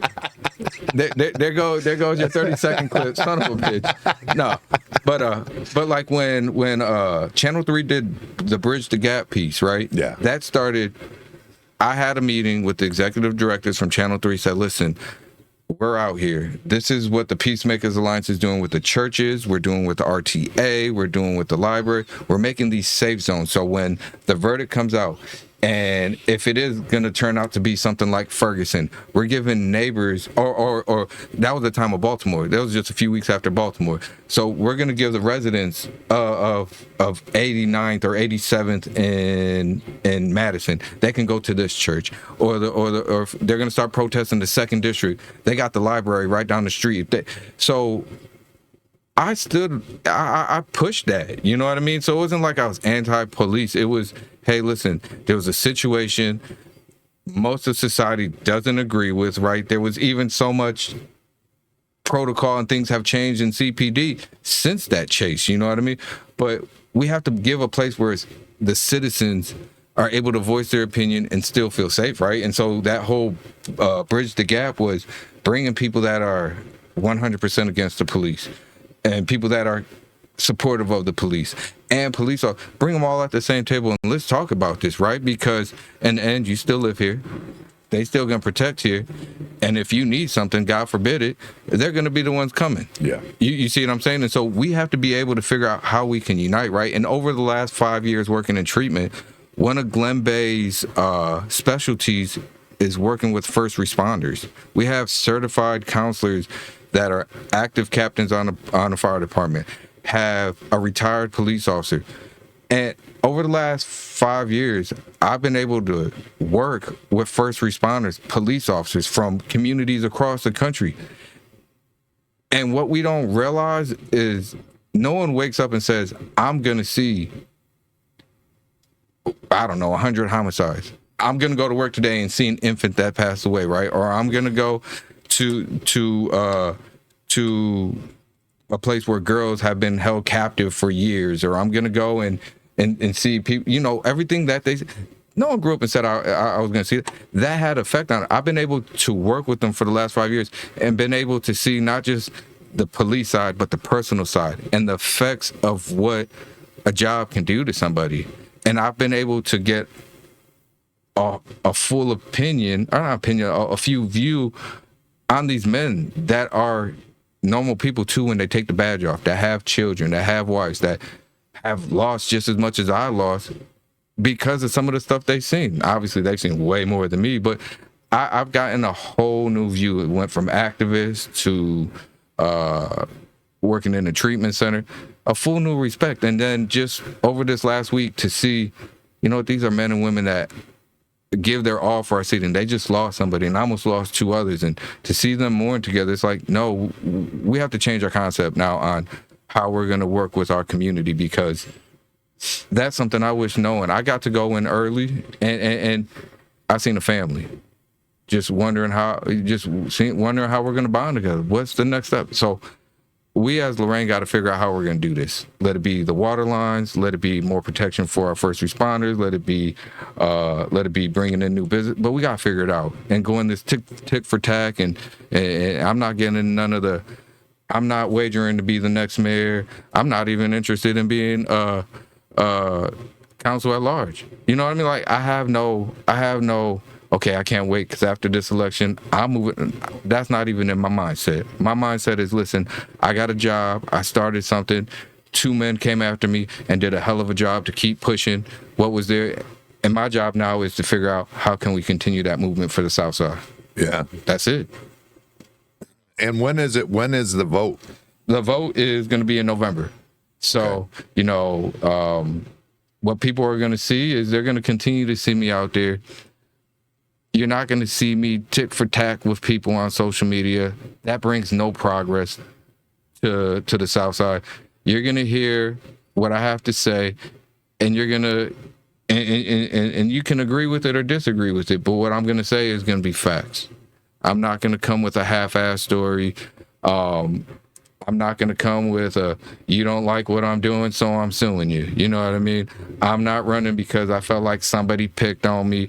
I'm not a get-rich scheme. You know what I mean? I'm suing the world. Well, if you're a get-rich scheme, being a councilman in the 6th Ward is not the way to get there. You know what I mean? I'm from Lorain, been from Lorain, know the heartbreak of Lorain, but also know the history of Lorain. And what was so awesome was sitting at Crooked Leaf last night was the building right next to it said 1906. If people was familiar with the history of downtown Lorain, 1924 we had our tornado. Mm-hmm. Tornado destroyed almost every building downtown. They just had about 4 feet of discolored brick on the top. The roof was off, but the foundation was still there. And that's what Lorain is. This is so. If you want someone that's gonna fight for you, push for you, and advocate for you that way, then you got me. If you want someone that's mad because you didn't like my opinion, so now I'm going to sue you, or not take accountability for my choices when I was caught on video, I'm not your guy. Listen, Angel was that drunk. Angel was that person that dropped the ball. But listen, Angel picked the ball back up, and he's been running. And let it be on city council, let it be working in Glen Bay, or let it be anywhere else. That's who I am. That's who I've always What do you do now for fun? ride my motorcycle, smoke cigars, and horse ride with my daughter. Horse ride. Where do you horse ride at? So we horse ride in Grafton, and my daughter's been doing that since she was 7 years old. Okay. And she's stronger than me, so I took her to the barn, and there's a big ass horse in a dark barn. And she's like, Dad, come in. I said, oh no. Oh, my daughter's weighing about 70 pounds, and she's like, watch. And I was like, what? And she smacked it right on the butt, and I was like, oh. And the horse moved over. She put all the little pieces on her, pulled her right out, grooms her, gets on the horse. And for 2 years, my daughter didn't want to trot, didn't want to run on the horse. And I'm like, baby, it's time to trot. No. She'd tell you flat out, no. And then we went trail riding somewhere, and the horse just trotted, and she had this big old smile on her face. And ever since then, my daughter goes every weekend. She rides horses. She goes to competitions. You know, her first competition, she was 10 years old, I apologize, competing with adults in the beginners category. I'm talking about people that are my age, 42, even older than me. There was 24 horses in her category. She came in 4th place in her first competition. The next race that she did, they stopped the whole competition because there was about 30 horses in there. They called her out. They said, hey, you need to get control of your horse or get out the ring. She said, no, I'm cool. I'm going to stay in here. Like that's what my daughter has that fight that her dad has, and like the whole city of Lorain had. Like, no, we're not quitting. And so, yeah, but we do horse riding. We'll go on the trails. She's a lot more courageous than me because, let me tell you, my anxiety's on 1,000. They're like, Mr. Roy, you can't smoke a cigar. I said, I'm not smoking and I'm just chewing on it. We going up a hill, about 6 feet of that, and I look down, it's about 40, 50 foot drop. My daughter's like, Dad, come on, man, you're slowing up the whole group. I'm like, okay. And I'm like, biting my cigar. Like, that's awesome. So that's what I do for fun. I smoke cigars. I ride my motorcycle. And I just bond with my daughter. That's what sobriety's given me. You know, the last almost 6 years, it's just been that. It's just been finding myself and refining myself and just continuing to sharpen my tools. That's what my life has been. Very cool. I don't think there's anything interesting about Angel besides he lives in South Lorain. Well, I mean, for somebody to just take on a fight like as a councilman in general, just that's just to me is fascinating anyways, because I'm not that person. To me, that's not, I don't want to do that. I don't want to be a mayor. I don't want any of that. I would never want like that, like, God bless the people that do, because I mean, it's needed. I never wanted, listen, I didn't grow up and say, okay, I can't wait to be into politics. I'm going to college and I'm going to do political science. No, something drove you there somewhere. What it was is, so the 3 girls in Cleveland, I was friends with the De Jesus family before she went missing. Oh, no kidding. So that's what I'm saying. There's a lot of stuff that people that just follow my political side don't know. So I knew that family before she went missing. For 9.5 years, searched with the family, spoke at every vigil. Yeah, her family never gave up. Traveled with Felix through that time. Second person in the bulldozer to hit Arroyo Castro's house. That's how close I was with the family. At that time, my daughter was only 2 months old. And I said, oh, hell no. With my experience, with seeing how sometimes kids from my neighborhood or adults from my neighborhood get the short end of the stick sometimes when it comes to the judges, when they catch a case, how people are looked for. I said, nah, I'm gonna run for office, and I was so arrogant and cocky. This was in 2014. The election wasn't until 2015. November of 2015 election, people were like, Angel, we didn't see your name on the ballot. We thought you was running. No, but I had people coming out wearing my shirts already. And I said, I'm gonna run because my daughter, if we're gonna stay here in South Lorain, we're gonna make a difference. Lorain, South Lorain has more than just what the newspaper said. You see what I'm saying? And you're talking to someone that lives on 30th Street. I live 5 houses and have lived in 5 houses behind grew up on Roman. 30th You Street. know what I mean? And so, yeah, every community might have sometimes a situation, but it's like a family. We address the situation and we move forward. And that's what drove me to run back in 2015. And this time I don't have that same arrogance. I have experience. You see what I'm saying? Like, I know what to expect going in now. And I take a whole step back. You're not going to shut my microphone off this time on city council. I know how to address the questions. I know how to deal with people, and it's not. I don't want to say there's an arrogance there. I don't think there was an arrogance there with me before, but I'm more prepped and prepared for the situation. Like I said, I'm not going to get mad if you disagree with me. You're not going to hell. Right. That makes sense. That's fair enough. What's the one, if you can get one thing accomplished in the next 4 years, once you get, is it 4 or 2 years? It's every 2 years. 2 years. So in the next 2 years, if you can get one thing accomplished for the city of Lorain, what is it? What is your big? If I was to win in November, which I hope the people come out and vote, but if I'm to win, my goal is a grocery store. That's what I brought up when we was. South Lorain needs a grocery store. South Lorain. Yeah, needs what business. happened? Ray had one in the works, and it failed to come to the. It didn't end up happening.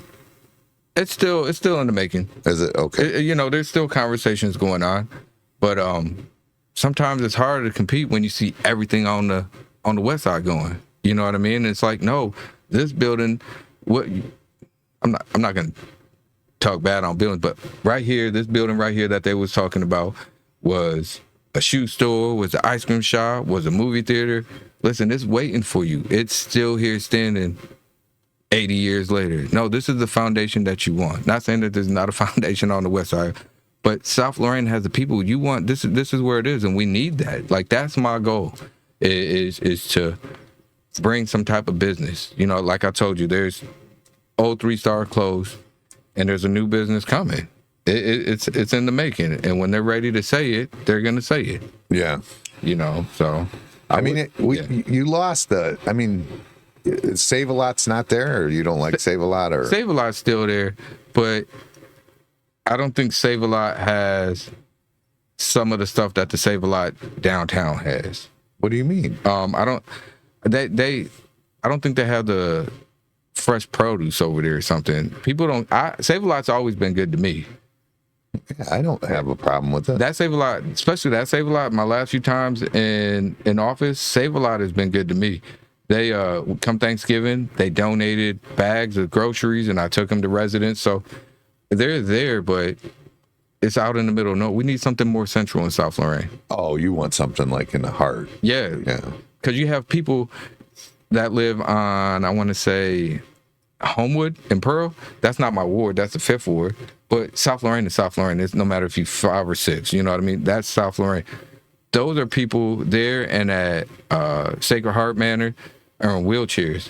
So you're expecting them to either roll themselves or take their their electric wheelchair all the way over. The problem is now Instacart. You don't need to do any of that. Now you got Instacart. Yeah. Nowadays, you know what I mean? That's part of the problem. There's just no stores in general. But I'm not a big fan of that all the time. I'm not a fan of it at all, but I have to do it. Yeah, I do it sometimes, but it's like, but that takes away from jobs. Like, I hate going to Walmart and some of these other places, and they have the scanners. I want to go to somebody because that's a job. You know what I mean? So, like, when I do that Instacart or if I DoorDash, it's taking jobs away. Like, you go to McDonald's now, and if you don't have the app, even if you go in, you're probably going to wait a few minutes because they don't even wait at the front counter anymore. It's like, just go over there. What do you mean? You guys took a training for this. I don't know how to take my onions off. You know now what I mean? You're an employee. Yeah. Like, what? I need lower the prices now for real because, but in reality, that takes away jobs. I don't support that. Yeah, I mean, it's happening though. That's unfortunate. AI, robots, all that shit's gonna take so many jobs. That's You're pretty good on AI. Huh? I said you're pretty good on AI. I like messing with it a little bit. Yeah, I do like to mess with it a little bit. I do for sure. I pissed off Guido with the song. Well, Amanda did actually. It wasn't me. Amanda made the song. Oh man. But I thought it was. I don't even think it was that big of a deal. I don't know why I still think it wasn't that big of a deal. But yeah, I mean, AI is it's like, Amanda said something about Dylan, my son. He's 12. She doesn't like the idea of him messing with the AI. And I'm like, he's the one who needs to mess with it because his future it's there. You're not going to put it back in the box now. Yeah. And it's only going to get bigger and stronger and better, and robots are going to get integrated. And you see the robots, they look like iRobots. I mean, it's all going to happen.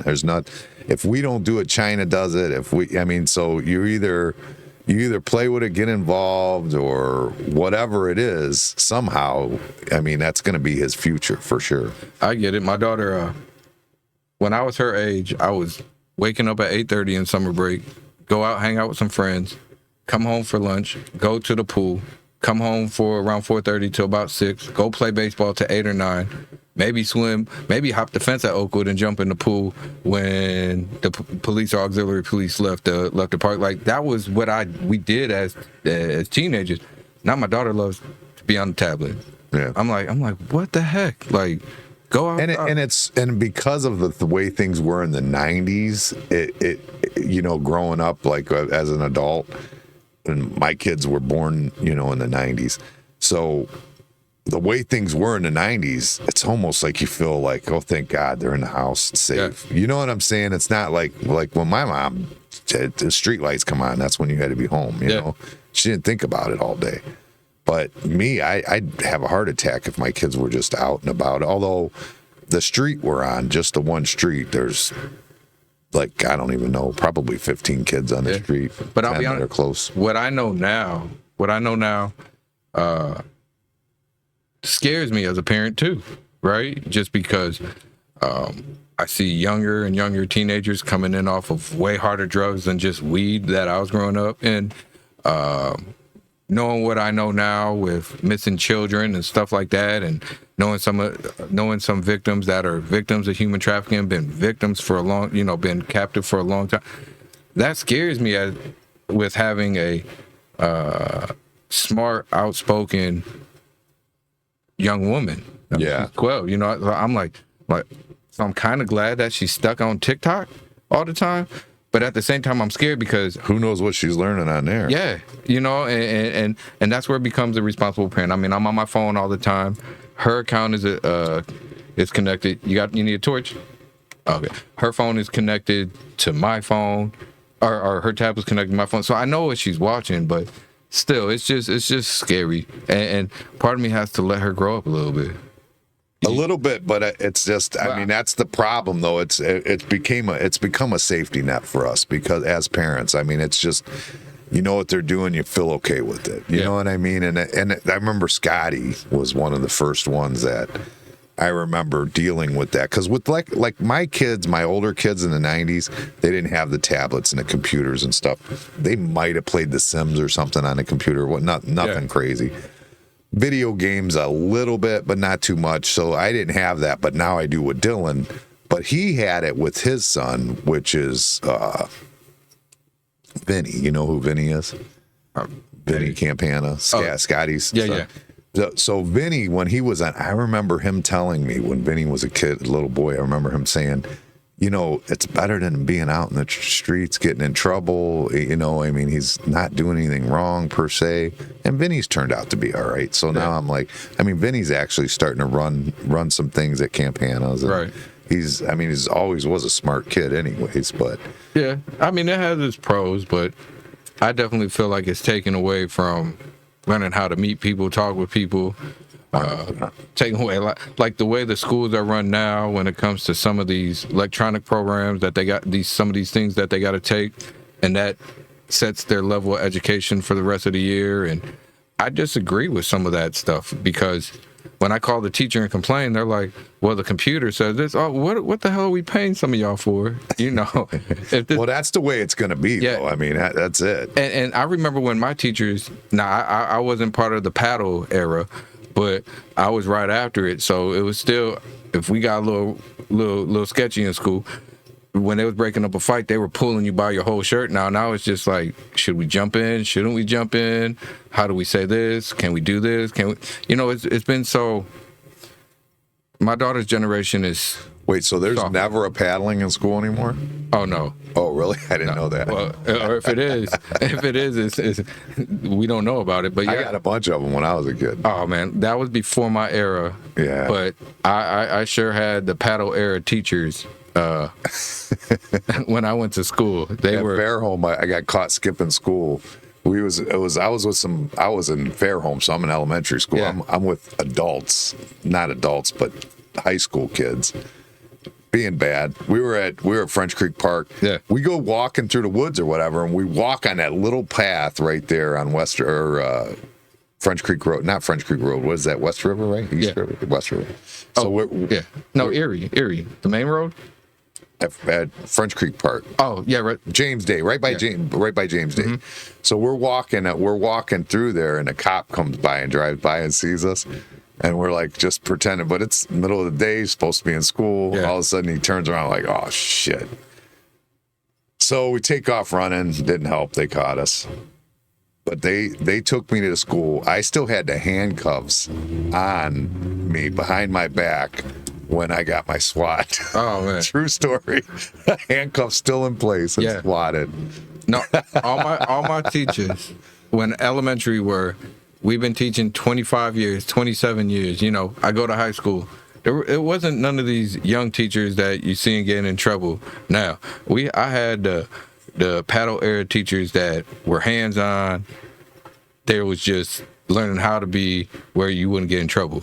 So we had that hardcore, like, this is what it is. If you got into a fight or if you were talking back, you were going to the principal's office with your hand on your shirt just like this, and it was different. I can tell you this. Where'd you go, Lincoln? So I ended up going to Madison, then I went to Lorain Middle, then I went to Emerald King and graduated from Southview. Okay. And I could promise you, if Madison was still there in the junior high section when I was in 5th and 6th grade, there's a few lockers with my head on it. Every school I went to, I guarantee there's probably, and that was just the type of child I was. But it made me who I am today, right? It wasn't just like, okay, boom, you're gone. It was, okay, you're going to in-school suspension, well, you're still going to learn. You know what I mean? No, you can't do this. And this is why you can't do it. You know, it's not just a whole soft and let me be your friend. No, I'm the adult. This is what's wrong. And I just feel like just in general, all the way around, it's society softened up when it comes to that part, when it comes to raising the child. Yeah, I agree. I agree with that. And I think they need to go back to some of the programs that I think are for. I don't know why. At some point, they've just taken away some of the programs that they used to have around. Yeah. That I think I was in Charleston when I was a kid, so I was definitely a bad kid. And then Harrison after that. So, I mean, I was just a bad kid in general. I was always in trouble for something, detention home, all that was bad.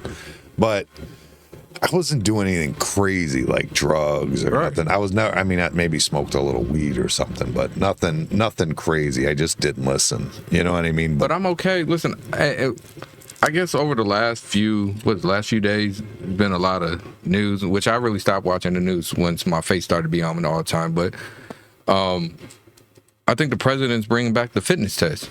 He is. That's going to be good. I listen. I'm a Democrat that supports that because that's good.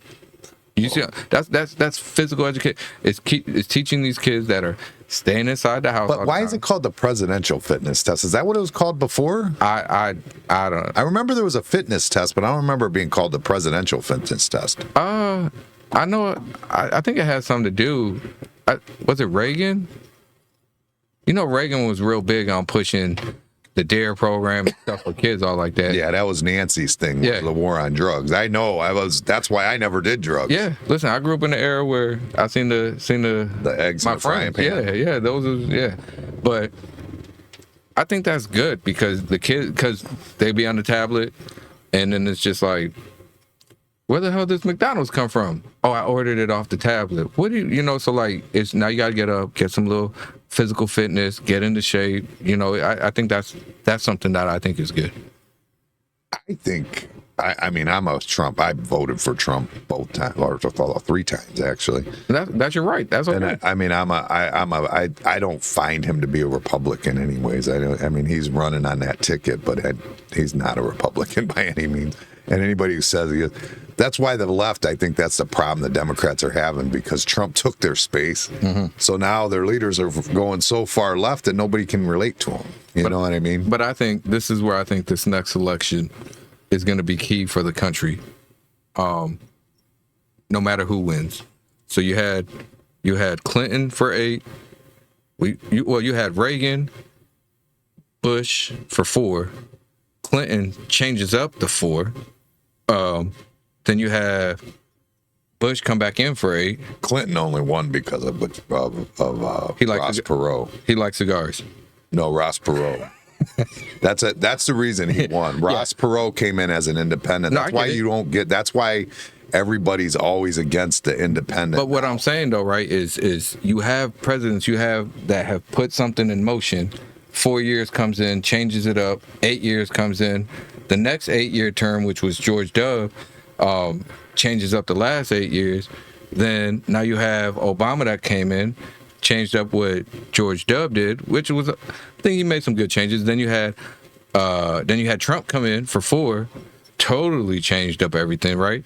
Then you had Biden come in for 4, totally changed a lot of stuff. Now you have Trump coming back in for another 4. So that's why this next election, I feel like if America or even the city of Lorain in state of Ohio, you want to see progress, it's not always changing, right? Because we're never going to see any progress. So that's why I feel like this next election, no matter who we vote for that gets in, we have to make sure it's the right person that's going to push our country forward.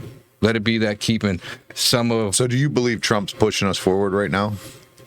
I think he is. I think it's too early to tell. I think he is. I've always said the tariffs. Where's his budget? Like, I want to see, right? His budget hasn't been brought in yet, right? So we're still going off of Biden's budget, right? Right. So you can't say that, he's right. This is Biden's budget right now. The tariffs, we're going to see if that's going to be a good thing for us. It's a great thing. I think it's good to see that, to bring our country some money. The problem is that everybody does this thing where they go, oh, he's going to raise the price of cars 25%. Well, if the tariff on something is 25%, that's as they're shipping it over for right. one. You know what I'm saying? But if we get greedy over here and start charging 25% as other businesses after we ship to here, then you're an asshole. But I mean, at the grand but that's kind of like Puerto Rico, right? United States, 1898 was like, we're going to position ourselves for World War I. Uh-huh. We got Puerto Rico. We're going to give you some. We're going to give you citizenship. All that type of stuff. Then they realized how great the island was. 1917, they created the Jones Act. Now we're going to start putting tax on stuff that's coming in and out of Puerto Rico. They're like, well, Puerto Rico's still making some funds off it. They amended the act in 1920. So the Jones Act now is anything that comes in Puerto Rico has to come on an American ship, has to come from an American port. But does Puerto Rico really see the money of what the United States is getting off of that? You know what I mean? So it's like, it's a tax that's helping America, but it's not helping the people on our island. And that's why you see our budget the way it is. That's why you see gas prices are more expensive over there. They've given them the liberty to run their own island. And then the 2 times that the island said, hey, at least the 2 times, we want to become a state, Obama and Donald Trump never took it to the next level to actually put it in the process of becoming a state. I thought that the island themselves are the ones who never want to be the state. Under Obama and under Donald Trump, the island 2 times had voted for it to go to the next level. And the president and no one on Congress or Senate ever took it to another level. What? Look it up. Google it. I will Google it. 2017, right before Hurricane Maria. Really? Yeah. No kidding. That's serious. I always thought that it was that we've always wanted them to be a state, and they wanted to just to stay maintain, and that has been true until I guess you're saying this recently. Yeah, if you look it up, you'll see that the island has voted a few times. A lot of times they voted it down.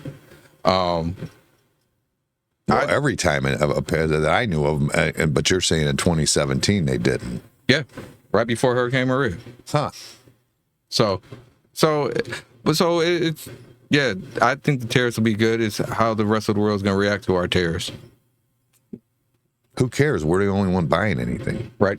It's bullshit. I mean, the rest of the world is fucking us in the ass, and it's not okay. That's just that simple. You're buying prescription drugs in every other country for a quarter, tenth of what you're paying in the United States. They're like, fuck the United States. They can just pay it. Meanwhile, we're over here. We can't afford our medical. I mean, you know what? My medical is like $1,100 to $1,200 a month, and that's with an $8,000 deductible. No, I get it. That's insanity. No, I agree. Listen, I went with a lot of the moves that he's pushing right now. Call me back in a year and a half, and I'll tell you if I 100% agree or disagree with it. In a year and a half? Yeah. All right, we could do that. On office or out of office. Especially if I'm out of office, you come at me as hard as you want.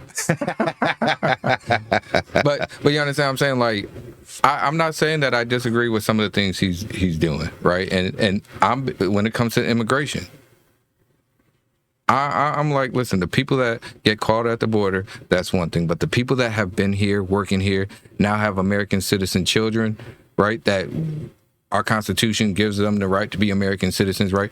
We have to learn to.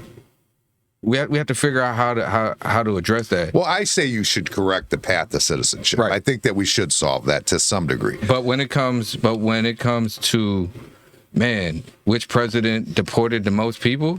I'm a Democrat. But Obama and Biden, yo, you were leaving, right? Like, and that's just that's facts. You know what I mean? Right. So it's, to me, it's bigger than a party. It's just that's an American, United States issue that we got to figure. See, as just a common sense guy, I don't have a whole lot. I didn't stay too much involved in politics, but when I look at it and I hear all these people going, oh, we need them to do the jobs. And then Bush pissed me off with that one. We need them to do the jobs Americans don't want to do. It's bullshit. They don't want to do them for next to nothing. I mean, which is, the Mexicans are only doing that because you're maintaining them illegal. As soon as you make them legal, they're going to go get a fucking job at Ford like anyone else. You know what I mean? They don't want to do bullshit work for no money. I know a lot of people that work, a lot of American citizens that are Latino, not just Mexicans. Right. You know, I know that work in the greenhouse. Listen, I worked at the greenhouse on 61. Ask me how long I worked there. How long? About 4 hours. I was 18. I was like, yeah, I got me a good job. And they put me on the back of that the trailer that you leave where you clock in. They put me on the trailer. All right, we're gonna start picking up these heavy ass trees, and it was raining, and I was like, I'll be. Are you talking about Green Circle Growers? No, it was. We're 61. We're 61. Going towards Sandusky. Oh, Route 60. Oh, okay. It's they're in Avon too, but they got. So I worked over there. And lunch break, all right, I'll be right back. I never came back. I give those men and women credit. Those are hardworking people. But what I'm saying, and a lot of them there now are legal citizens, right? They're good at their job. But what I'm saying is that it's bullshit for them to say we need them to do these jobs, you know, that we don't want to do. And it's essentially they're doing them for cheap, right? Because they're not legal citizens, right? You know what I'm saying? They're living in groups of houses. They're not good community people.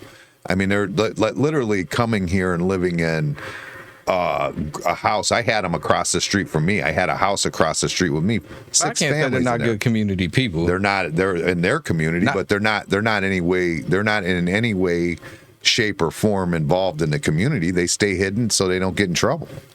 Like I literally had them right across the street renting a house, like 5 families. But those people that, like, when they do these raids, especially those big ones, my thing is, how many of those men and women are rapists, killers, human traffickers? I don't care. This is the whole point. No, but when, this is the point. I hear what you're saying, but when you're not hearing because you're not letting me finish my sentence. Go ahead. My bad. I apologize. But then I'm because you could say I'll let you rebut. But what I'm saying is we do this for them to work for next to nothing to do these jobs. That's the agreement. That's basically why they're doing these jobs for next to nothing.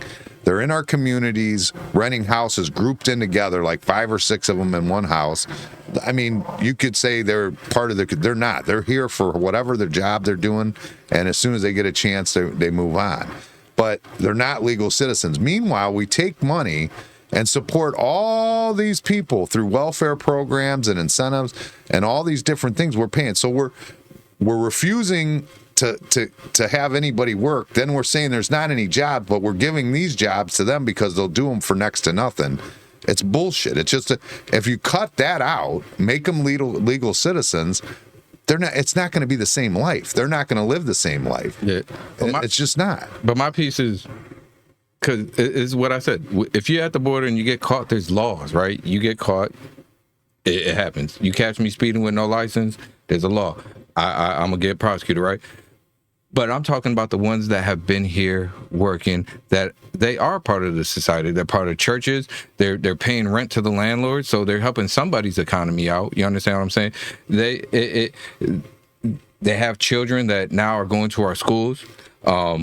That are legal citizens, so they're going to our schools. So they've had children here for 6 years. Mm-hmm. They're going to our schools, and all that time they couldn't go figure out a way to get a citizen. Give me a fucking break. No, I figure it out. You just told me we have to put water lines in the city before we have to pay fines. You know what? You have to get your citizenship before you get thrown the fuck out, or it's your fault. No, and I get it, but listen. But the other piece is, so you've been here 8 years, have a child here now. I'm gonna deport you. But my child's here now. Now society has to raise that child too, where this person that's been here, right? That's a piece where we have to work on the people that have been here. We have to work on that. No, they have to. But make them responsible for themselves. You got to fix your shit. I get it, but if you send them back, I get it, but if you send them back, now me and you are paying for that child. That's an American citizen. So that's even harder on the economy now too, because now that person's really getting the benefits of government funding and maybe foster home. You see what I'm saying? It's a bigger circle than just figure it out. We have to figure it out as not just elected officials, as society. We have to figure it out. You can't send.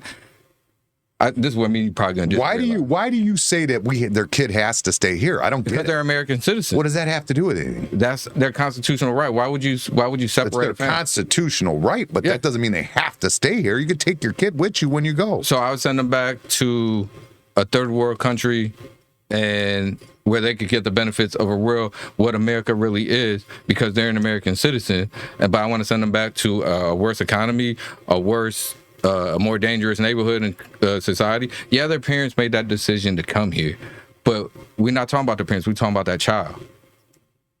No, the kid shouldn't stay behind. I don't know why you think the kid should. I don't know why you think the kid should stay behind. Because the child is an American citizen. So why would we separate a family? Why would you send an American citizen to another country? We're not separating. Take your kids with you. Why would you send an American citizen to another country? They could come back when they're an adult. That's fine. But you got to go with your dad. I don't agree. Why? We got to just, what are we going to put them in an adoption system or whatever? That, to me, that's what happens. I don't think that's 100% true. Well, who's going to take the child if you send their family back? The family takes the child. What do you mean? They're American citizens. So we just kidnap their kid. We just go, fuck you, get out, and we kidnap their children? No, we're not kidnapping children. But that's I'm not saying we kidnapping people. That's pretty much what you are saying. But that kid has a legal right to stay here. They have a legal right. They have a right. That doesn't mean they have to.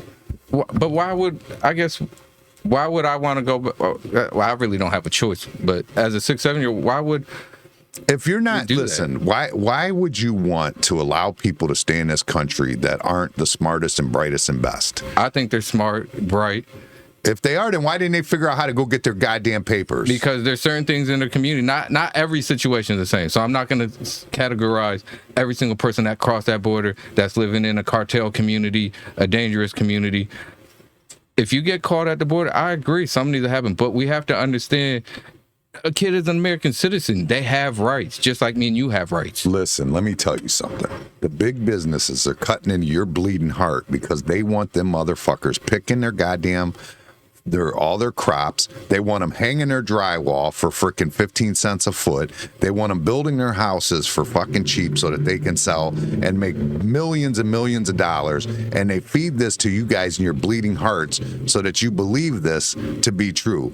And meanwhile, that's not the case. They're just taking it. It's no different than slave labor is all it is. It's the same damn thing. It's a problem with this community that's been going on for America forever, is always trying to work on cheap labor constantly.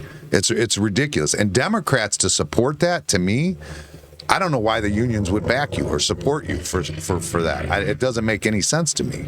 Why the unions would support somebody who wants to allow illegals to come in and work for, and I see it. I'm in the construction business.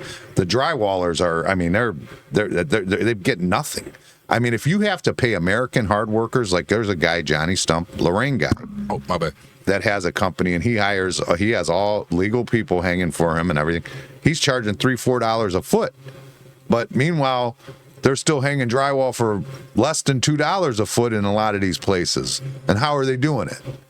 With illegals. I hear you. Well, That's bullshit. But I agree. I'm talking about families. You talking about work. I'm talking about families. But that's just them pulling that bleeding heart bullshit into your space. Because what's right is right and what's wrong is wrong. It's that simple. It's either you can't. The difference, because we're a nation built on immigrants. Your parents came here legally.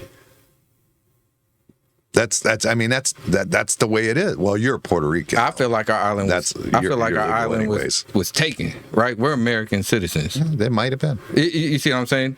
But that's 126 year conversation. Yeah. You know what I mean? And obviously we're going to agree to disagree, and that's fine. But that's what makes. It upsets me. I understand. It upsets me, the nature of the bleeding heart. That's all you ever hear about. Where are all these Mexican children at right now? They're not just They're Mexican. in the cages? They're not just Mexican. That's in the cages? From some of the pictures I've seen in Alcatraz, right? The alligator Alcatraz. Alligator Alcatraz? There was a bunch of kids in there? No kids now. Okay, not this time. Okay. Not this time. Okay. The last time they were in there. The cages? They were. And it's sad.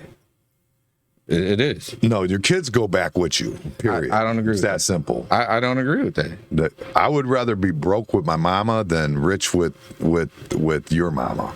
I get it. It's that simple. Yeah, no, I listen, we're going to agree to disagree. When you say you're talking about, you're putting a value on only money. That's it. That's all you're doing. Materialistic things. That's it. There's more value to them being with their parents than there is to being in America. You know how I know that? Because you still eat rice and beans. Oh, yeah. And Acapulco. But I get it. But listen, a lot of those parents left because of, not all of them now, but a lot of them that has been highlighted are leaving because of what's going on in the country when it comes to safety, when it comes to drugs. I don't want to put a kid into that. I just don't. Yeah, but that's not your choice. That's their kid. But it is our choice as an American citizen. You see what I'm saying? Those kids are American citizens. But we can't take on everybody's problems of the world. The problems of the world, it's funny, we've taken on everybody's problems in the world forever, right? Right. China's problems, everybody's problems. We've taken them on forever. Now what happens? Now they just bitch slap us. They're killing it. They're making a fortune everywhere, and they're still fucking taking advantage of us. Because we take on everybody's problems. It doesn't make sense. Why do we keep doing that? Where's China kicking in? That's their problems to deal with. We don't have to deal with everybody's problems.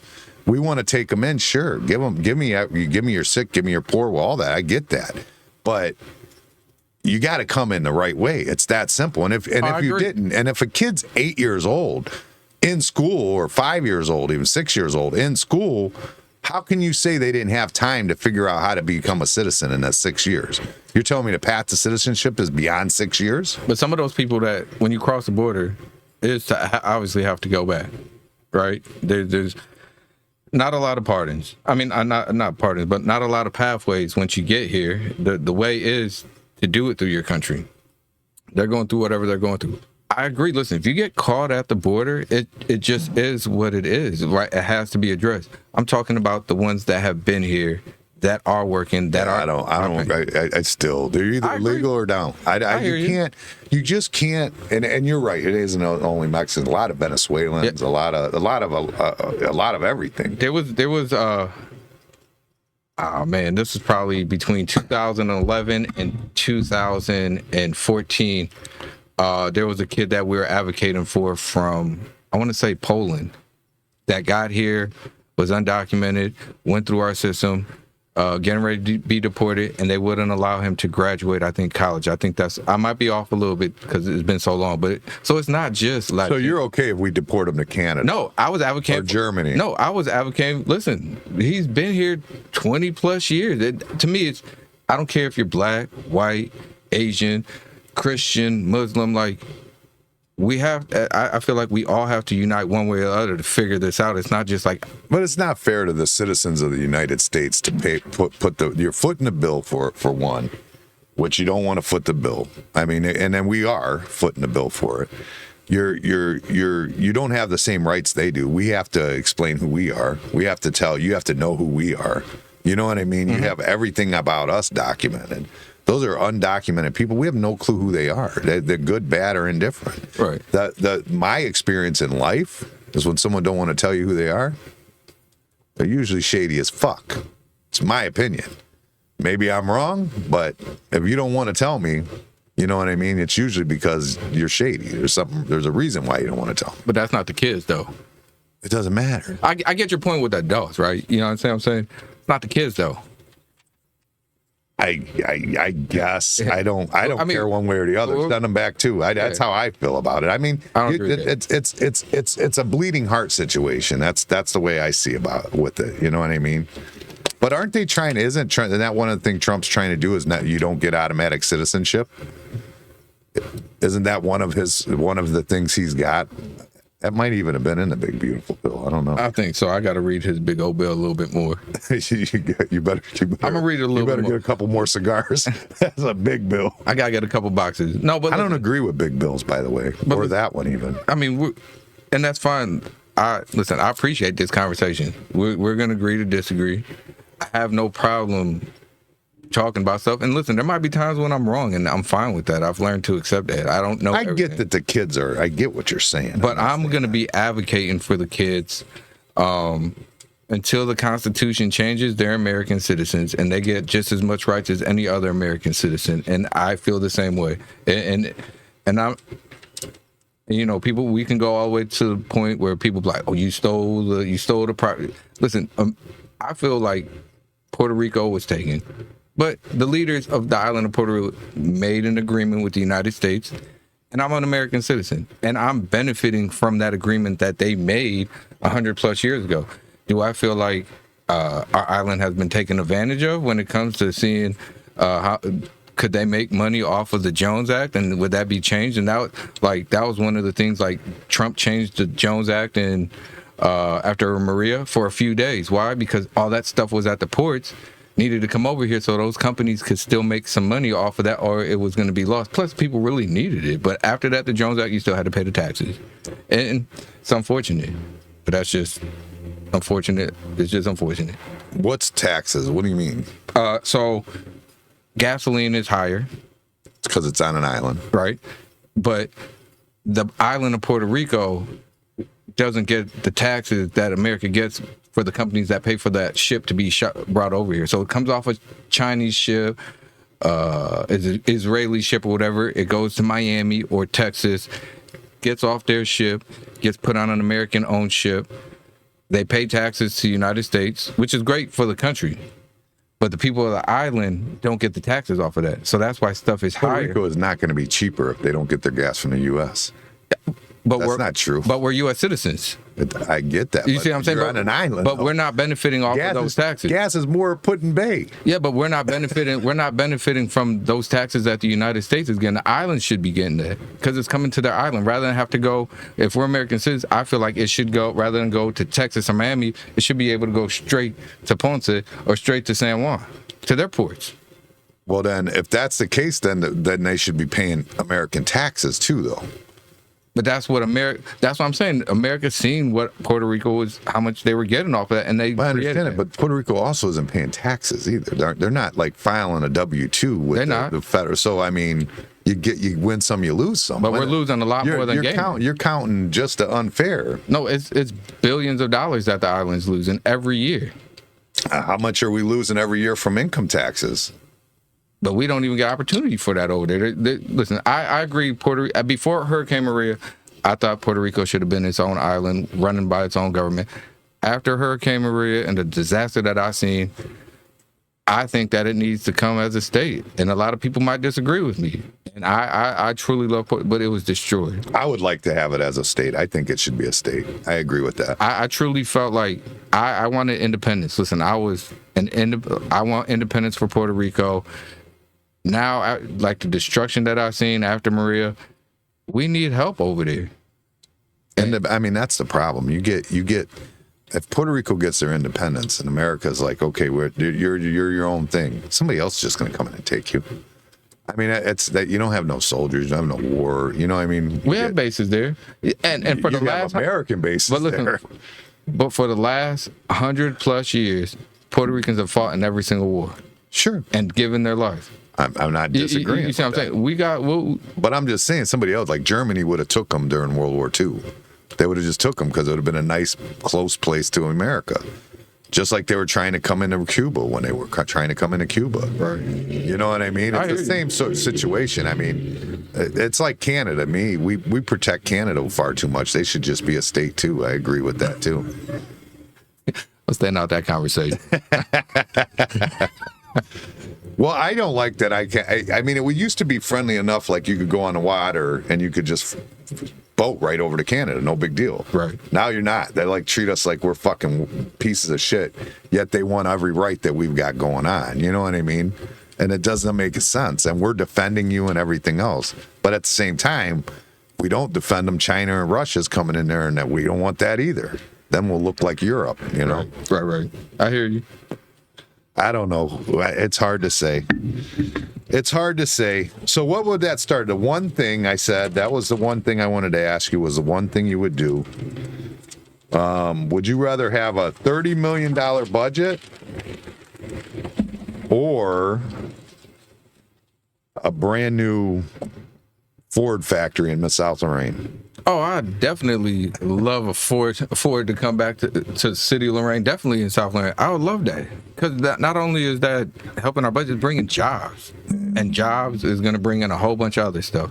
Bring a Ford company back to Lorain, obviously that would bring back businesses. Ford-like company. Or Ford-like company. Yeah. That's going to bring back businesses, that's going to bring back restaurants, that's going to bring back stores to South Lorain, that's going to bring new housing to South Lorain. I would love for that to come to South Lorain.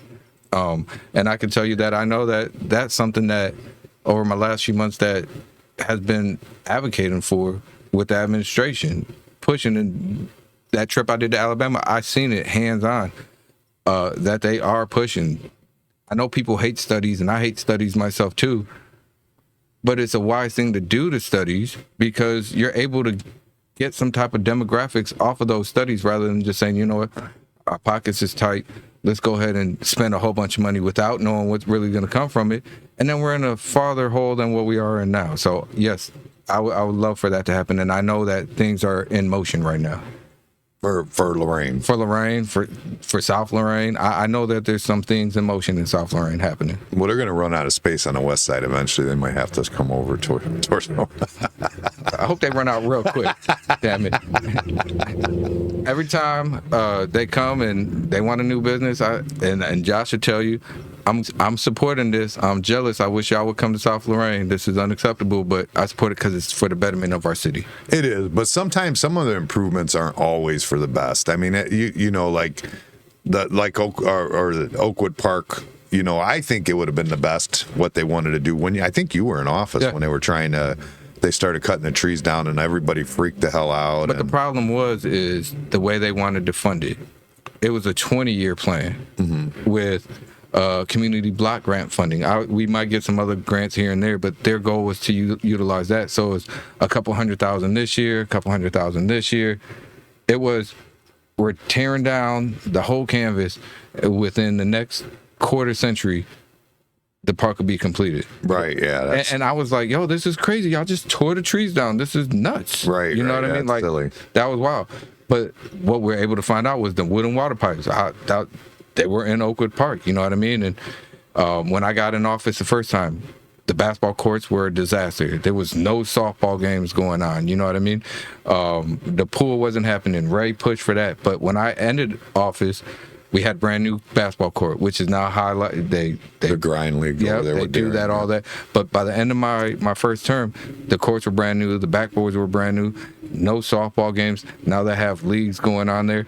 So we're able to find some type of light in the midst of that chaos that was happening. Plus, unfortunately, a lot of those trees that are falling now are still dead, you know? But, Yeah. But I didn't agree with just tearing them all down. And that's why I pushed the way I pushed. Yeah, with that always. Yeah, progress isn't always good. I know. Even the trail, I hate that. I like when I was a kid, that was our hangout. Mm-hmm. You know, over the hill. Yeah. Basically, we called it, or Honda humps, or over the hill, whatever it was. Waterfalls, you know. Like all that shit was great for us, and now it's just for like yuppies on bikes, you know, or wanting to take walks. I mean, that was just our kids. We just had a blast back there. That's all we did all day. I'll never buy my daughter an electrical bike. I won't do it. That's lazy. What the hell? That's lazy. Well, then get rid of your Harley and start pedaling. Oh, no, I got bad ankles now. I done did that phase. I got bad ankles. I did that phase. My back. Yeah, I'm old. But damn it, as a kid, ride a bike and plus, I think they're cool, but they're not safe. I had a guy I was on my bike, and I was going like 25 miles an hour, and there's a guy on an electrical bike right next to me. I'm like, yo, like, I don't think that's safe. No, well, they were having a lot of problem with those boards, those like skateboards that were electric, boosted boards or whatever. They had people getting seriously hurt on those because they were getting them up to like I think 30-something miles an hour. Yeah, those are dangerous. And a skateboard. Yeah, I never do that. Like, yeah, that's insanity. So that's why I feel like, you know what I mean? Like, it's cool, but stuff like that, that's why I like this fitness program that they want to put back in, because kids don't know how to ride a bike anymore. They don't know how to skateboard. Do a push-up. They probably not doing that anymore. You know, like just the typical stuff that we grew up on.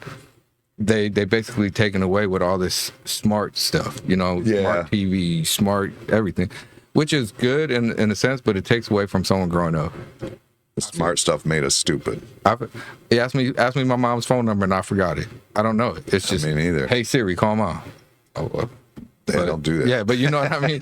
But like, it's just like, hey Siri, what is so and so's number? And it's like, it's telling me. I don't even have to remember anymore. So like, yeah, when I was a kid, I had everybody's number in my head. Yeah, hey, I'm calling Josh. I'm calling Sam. I'm calling Ryan. Yeah. Like, and it's like, this is their number. Boom, and I knew it. Yeah. Now I can't.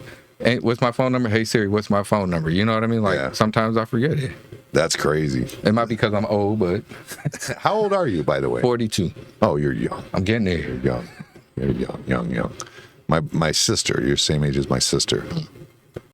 But yeah, so little. Well, you grew up on 30th Street. You might know my sister. No, so my first 7 to 9 years was on the 1700 block of 33rd Street. Then I grew up off of Edgewood and Tower. Yeah, you might know my sister. And then for a while I went out to Providence, and I lived in Massachusetts too. And then I came back. About 26, 27 years old. I left when I was about 21-ish, maybe 22. Came back around 27, and been back since. You know what I mean? Like, I got to experiment outside of Lorain, seeing how great Lorain really is. Like, I've learned that the same struggles that Providence is going through or Chicago's going through, Lorain has the same issues, right? And it's just like, this is my hometown, but there's so much greater. Like, I love the ocean, but I love Lake Erie. Yeah. You know what I mean? Like, I love Providence Park, which is cool, but Oakwood is home. Central Park, San Felton Park, that's home. Like, that's what it is. So, like, Providence has a lot of Dominicans and a lot of Jamaicans, but Lorain has every nationality here. It's not just black, white, Jamaican, or Dominican over there.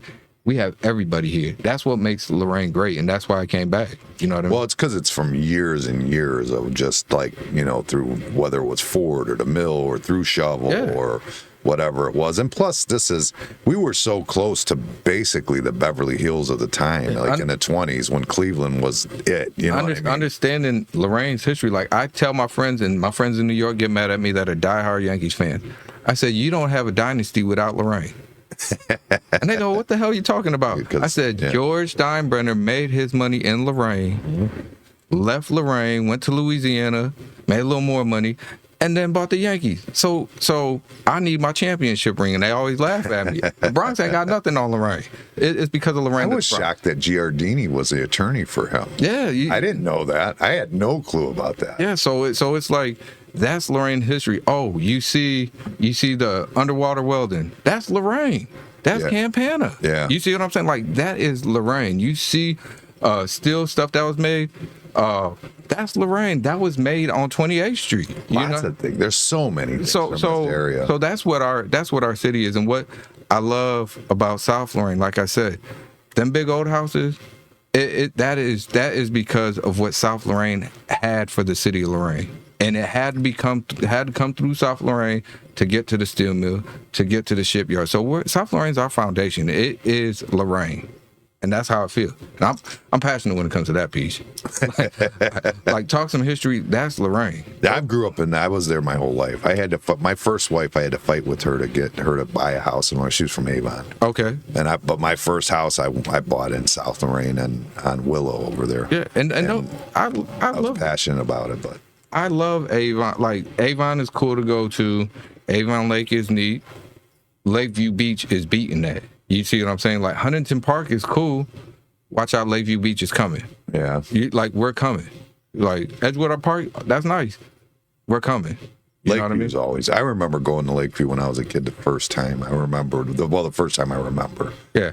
I think we had family in from out of town, like from PA or something like that. And we all went up there, and I felt like I was at a vacation resort when I was a little boy. I was like, wow, we had all these like steps and back then. No need. The way it was. No need to go to Vermilion. Stop on the river. You got Trent's Place, which is a new dime in a dozen. You have the brewery. You have the barbecue spot that's going to be opening in Labor Day weekend. No need to go all the way out to the Flats. We have it here in Lorain. Like that. That is us. We didn't have no fires in our river. You can say whatever you want about but Black River Landing ain't catching on fire. You don't know about that. You can't back that up. That we didn't. All the rivers were catching on fire back then. Well, we not national front page news for it. No, only one was, and that was only us. But New York, Chicago, everybody was catching on fire. Yeah. How's this for crazy? That wasn't even the first time. That was like the fifth time. Yeah. And the Time magazine photo wasn't even from that time. It was from the time that happened 2 years prior to that. Actually, I heard someone talking about that.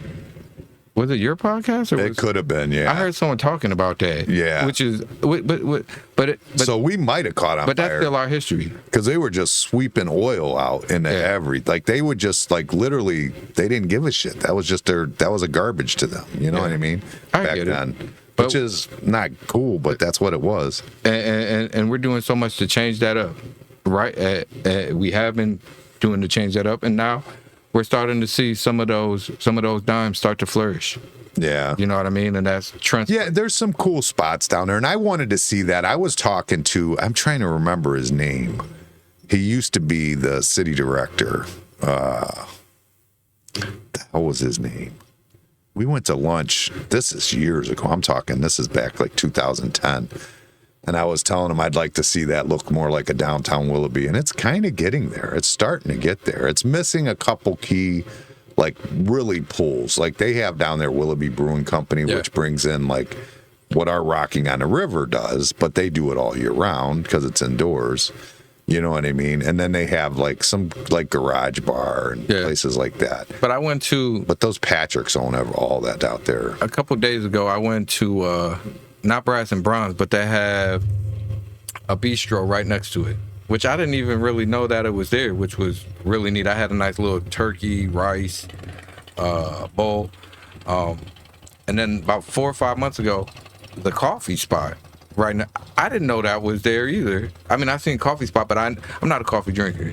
But I stopped in there to meet somebody, and it was the coolest setup. You know, like Lorain has a lot of pieces that are starting to come together, which I think is really neat.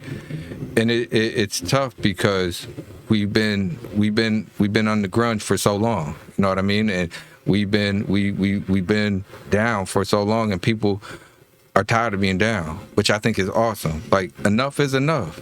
It's time to stand up, and it's great to see citizens do that, right?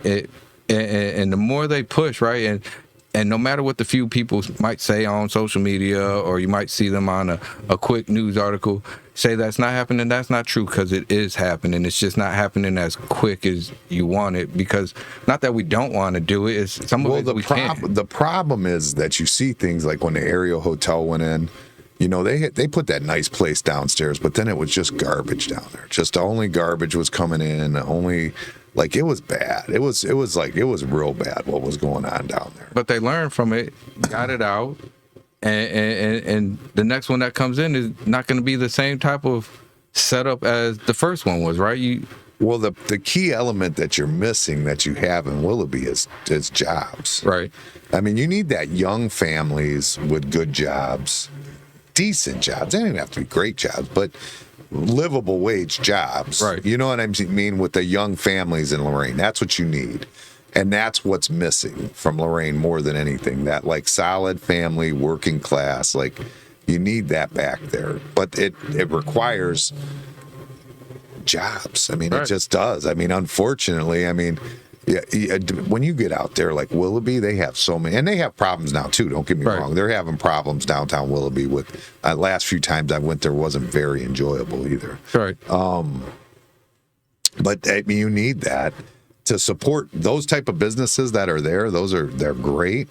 But how long do they last if they're not getting the support, or if they're getting riffraff in there, or they're getting I mean, Mary's spot she didn't seem to get much support from the city. Right. But she had a nice little thing going on there.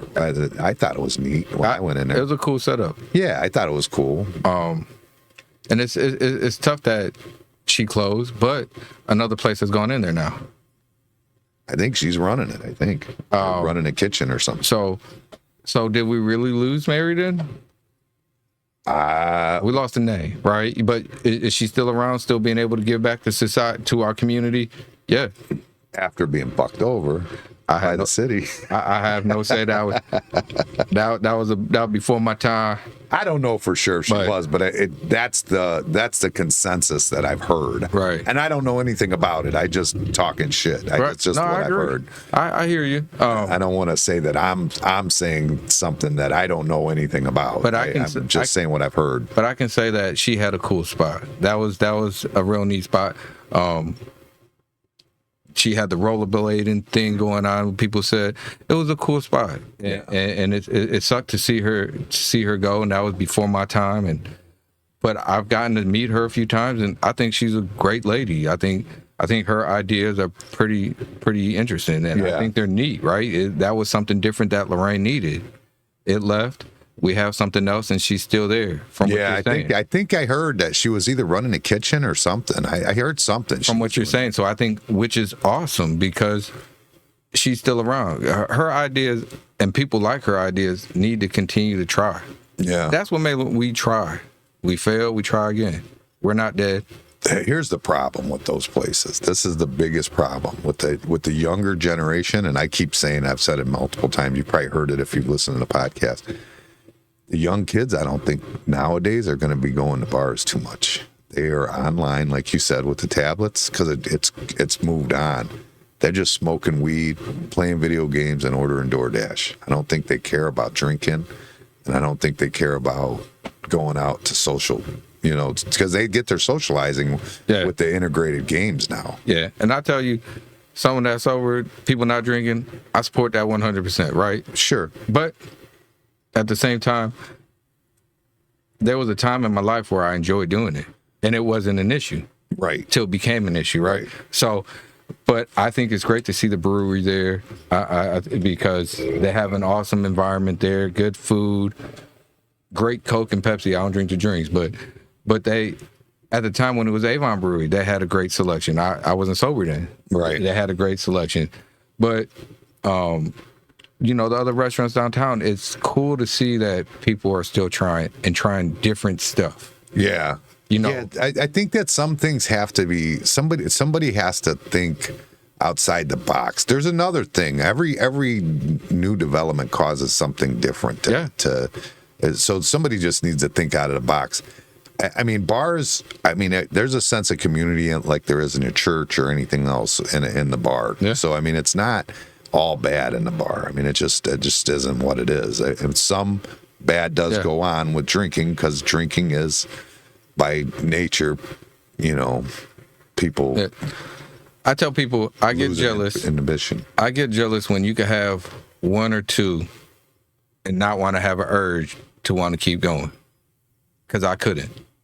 But just because you can have one or two, that's great. Angel can, right? And I think it's great that the people that can have one or two or three and say that's enough is enough, support the local businesses that do that, right? It's perfectly fine.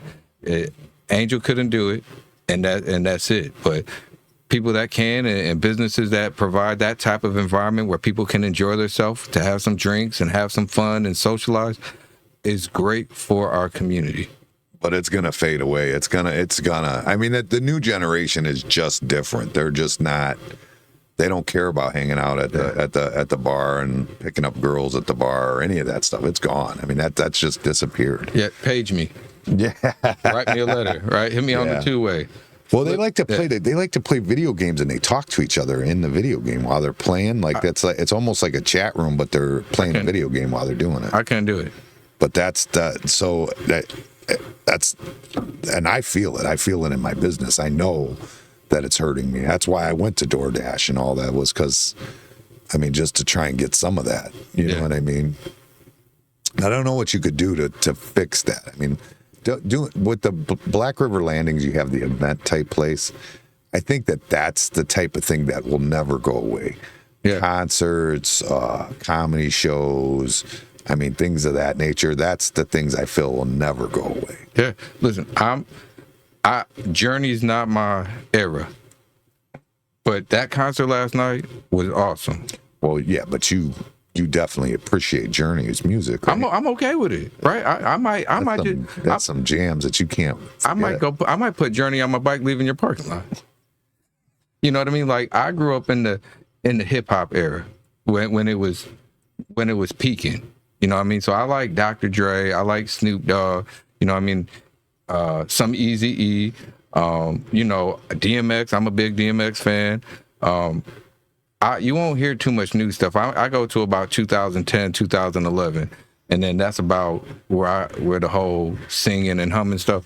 That's about where I cut it off at. But I like Journey. I like hearing the Kiss concert. The Prince, when they bring Prince down there, I like going to hear Prince. Purple Rain. I played Purple Rain for about an hour and 10 minutes going to Ashtabula this week. You know what I mean? Like, it's just it's good music, and it's a good environment. When I was a kid, I went to Lorain Twin Cinemas. You remember Lorain Twin Cinemas? On Pearl. Yeah. Yeah. I went there and seen Purple Rain 22 times. I don't have too many memories of there, but I remember seeing Bambi. And I never I was traumatized at the end of the movie. Really? Yeah, Bambi. A lot of people say that. It wasn't one that got me, but yeah, a lot of people say that. I was only about 4 years old. I liked the Bambi, and then it was a wrap. But yeah, no. But that's what made South Lorain great. They had that. They had the CVS. You had the grocery store. You had the drive-through. They had bingo forever. I hope that the Boys and Girls Club is able to finish Michael Canaberry's dream of building a rec center there. That was his goal. That was his dream. Yeah, that's what he wanted the whole time. Yeah. I hope the Boys and Girls Club is able to follow through, and the community can back that up, because that was his dream when he came here, when I first met him back in 2005, I think. Yeah. Yeah. Yeah, he's a good dude. He was a good dude, I should say. We were in support of him many times. We talked about a lot of different things with him at different times. Never said no when it came to an opportunity for a kid outside the box. Use my area. Even in my early sobriety, we get a rec center, Angel. You can start an AA meeting here. Like, yeah, that's pretty awesome. He's open. He was always open to any idea that benefited the community. Yeah, we truly lost a good one when he passed away. That's a fact. Yeah, he was kind of getting screwed over there anyway. Yeah, I don't know the politics of that one. Well, he built that. He built the Lorain County Boys and Girls Club to something pretty remarkable. Him and a few other people. And then as soon as it started having true success, then all of a sudden they wanted Cleveland to come in and take it over, and make them part of the bigger group so they could swallow up all that funding. which kind of irritates me because that was Lorain County's fault. Yeah, he had a dream. Even though he's a Michigan guy, I'm a Buckeye fan all day. That was always me and his back and forth. He a Michigan guy, but he had a dream. He seen that he could plan in Lorain, and he built that dream to what it was, and to the point of where someone else had to come in, unfortunately, and try to take it from him. Yeah. But Lorain's not going to let that happen because that's not who we are. Yeah. Yeah. Very cool. Well, I hope and wish you the best. I really do. I think that you are the right guy. I think that I think you're the right guy. And I think that maybe your sobriety helps make you the better guy because, I mean, there's a lot of people dealing with addiction in South Lorain. So, I mean, who better to understand that than you? You know what I mean? Yeah. As you're trying to beat it. But somebody gave us a good idea. So as we're getting off the air, usually I play a song or whatever. Somebody asked us, after we go off the air, can you do the Lord's Prayer for us? Are you okay with that? Sure. We could do that. Sure. All right, so we're going to get out of here, and we'll leave you with this. Our Father, who art in heaven, hallowed be thy name. Thy kingdom come, thy will be done on this given day.